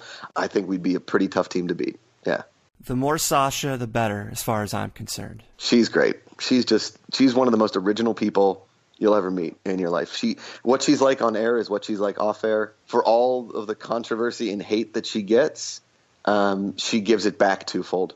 And, she's got the toughest skin of any girl that we work with, for sure, because For all the people like you who are fervent supporters and defenders of Sasha, again, there are just as many people that are like, I can't watch TV talk because I can't stand Sasha Paul Raver. I don't get the hate. I think she's super knowledgeable. I think she's super intelligent, unbelievable personality. I love that she stirs up controversy.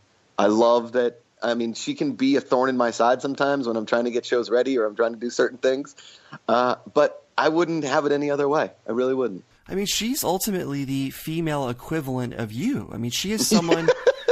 She's unafraid to give her opinion, and she has one of the strongest opinions of anyone in this space, man or woman. Mm-hmm. But what impresses me most is that she doesn't speak in a way that panders to the comment section. Yeah. Nor does she speak defensively by saying, for me, or how she understands those who feel differently about something. She just lets it ride with every opinion that she puts out there. Yeah, I mean, I think you said it perfect. Is there so many people that in this industry that just aren't honest, and they play to either their critics or they play to the comment section. Yeah. Listen, if I wanted to play the comment section, I would have been like, I love Westworld. It's the greatest show. Couldn't stand that show. I tried to like it. I really did. I tried to like it. And you could ask my girlfriend. I would watch it, and she's like, oh, you still have to watch this. Dude, it was the bane of my existence. All 10 episodes. Did not care. I will go to my grave saying that I think that Sunshine of the Spotless Mind is an average movie. Didn't like it. Not a huge fan of The Big Lebowski. I get it. I understand. Didn't love those movies. There are certain shows that people just freak out for that I just don't get. Don't get Girls. I lived in New York. I know those girls. I hate them. They just complain for the sake of complaining, and they think the world owes them something. They are millennials to a T, and unfortunately, shows like that spread like wildfire. And girls are like, you know what? On Girls, they did that, so I can probably do it too. I'm going to take all my dad's money, and I'm going to be a writer, and I'm never going to work. And this $3,400 apartment, $1 a month apartment, my dad will at least pay some of it so I can follow my dreams. And then when I turn 40 and no guy wants to marry me because I'm just – it's not a great show for the future of the female gender. Well, besides squashing our beef today – God, I hate that expression, squashing our beef – I thought it was important to thank you for – all the support that you've shown SPR. Part of me thought for a while that if it wasn't for you, she may not be on these channels anymore. So I just want to make that clear that Snelling and I appreciate it. You know, when I see people hating on it in the comments, I always delete it, and I always put, hate speech or bullying or whatever, so that, they're not able to keep doing that. And I'm probably the most active host at Collider in the comment section because I think it's necessary. I think that you need to be cognizant of, one, of what the fans are saying, two, interacting with your fans, and also policing. And that's an unfortunate thing that I do have to police. Is comment moderation part of the job description, or is it optional? No, definitely not. I left that Game of Thrones after show, not because of what the commenters were saying, but because I thought that I was selling the show short, and I didn't want Collider to look like we didn't know what we were talking about on Game of Thrones, mostly because I didn't read the books and I didn't have the expertise to sit there in a show that people are so passionate about. It wasn't because I was getting so much hate on the comments, but after that Tower of Joy episode, we got absolutely destroyed. And I didn't think that it was right for me to keep doing the show. As much as I love that show, and I loved doing that show, it wasn't fair for me, for the channel, for anybody to keep doing that show. I would love to sound off on Game of Thrones fans, specifically the book readers of the bunch, but let me just say I understand, I feel your pain. But let's go back to the Josh Macuga show. What are your highlights, and will your significant other appear at some point? Yeah, she's going to come on in 2017 for sure. We got a special episode planned. That'll be an extended one. Maybe bring on a couple other people with her to pick her brain, but that's for sure. How far ahead are you? You've banked episodes with Jeremy. I saw you banked one with Riley recently. Yeah. We shoot a month in advance. We have our episodes for January already shot. So they're shot, and then we'll shoot January for February for March, and so on and so on. Like I said, schedules are crazy, booking is crazy, and getting my producers here, setting up the set.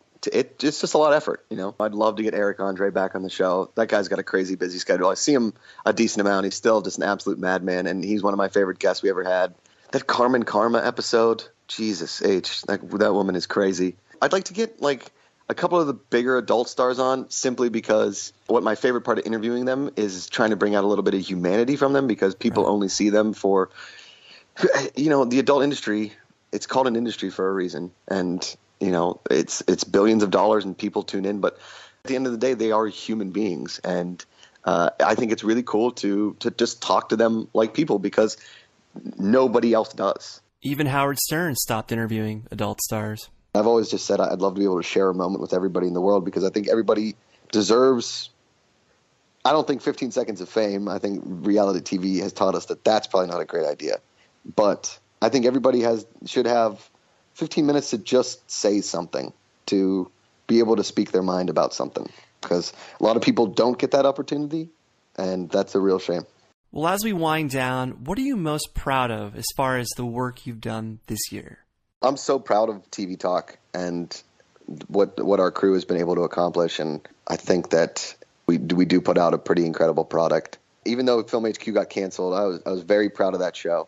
I loved doing that show. I thought we put on a great product. I don't know if the SVOD model, if they've got it figured out yet. I think it can work, and obviously Netflix and Amazon and Hulu, all those pay services, they are doing something right. There's an issue with, we've been able to provide you all with free content forever, and it's really hard to give away everything free and then ask you guys to pay for something that we're already giving away for free. Right. That's the nature of the beast. I'm super proud of what my team with the Josh Macuga Show and Between the Sheets have done for so long. Paul, Fiore, Thad Williams, myself, Cobster, Christine Casagrande. We've done this show now, started live in 2011, 2012, and have kept the show going for close to 4 years.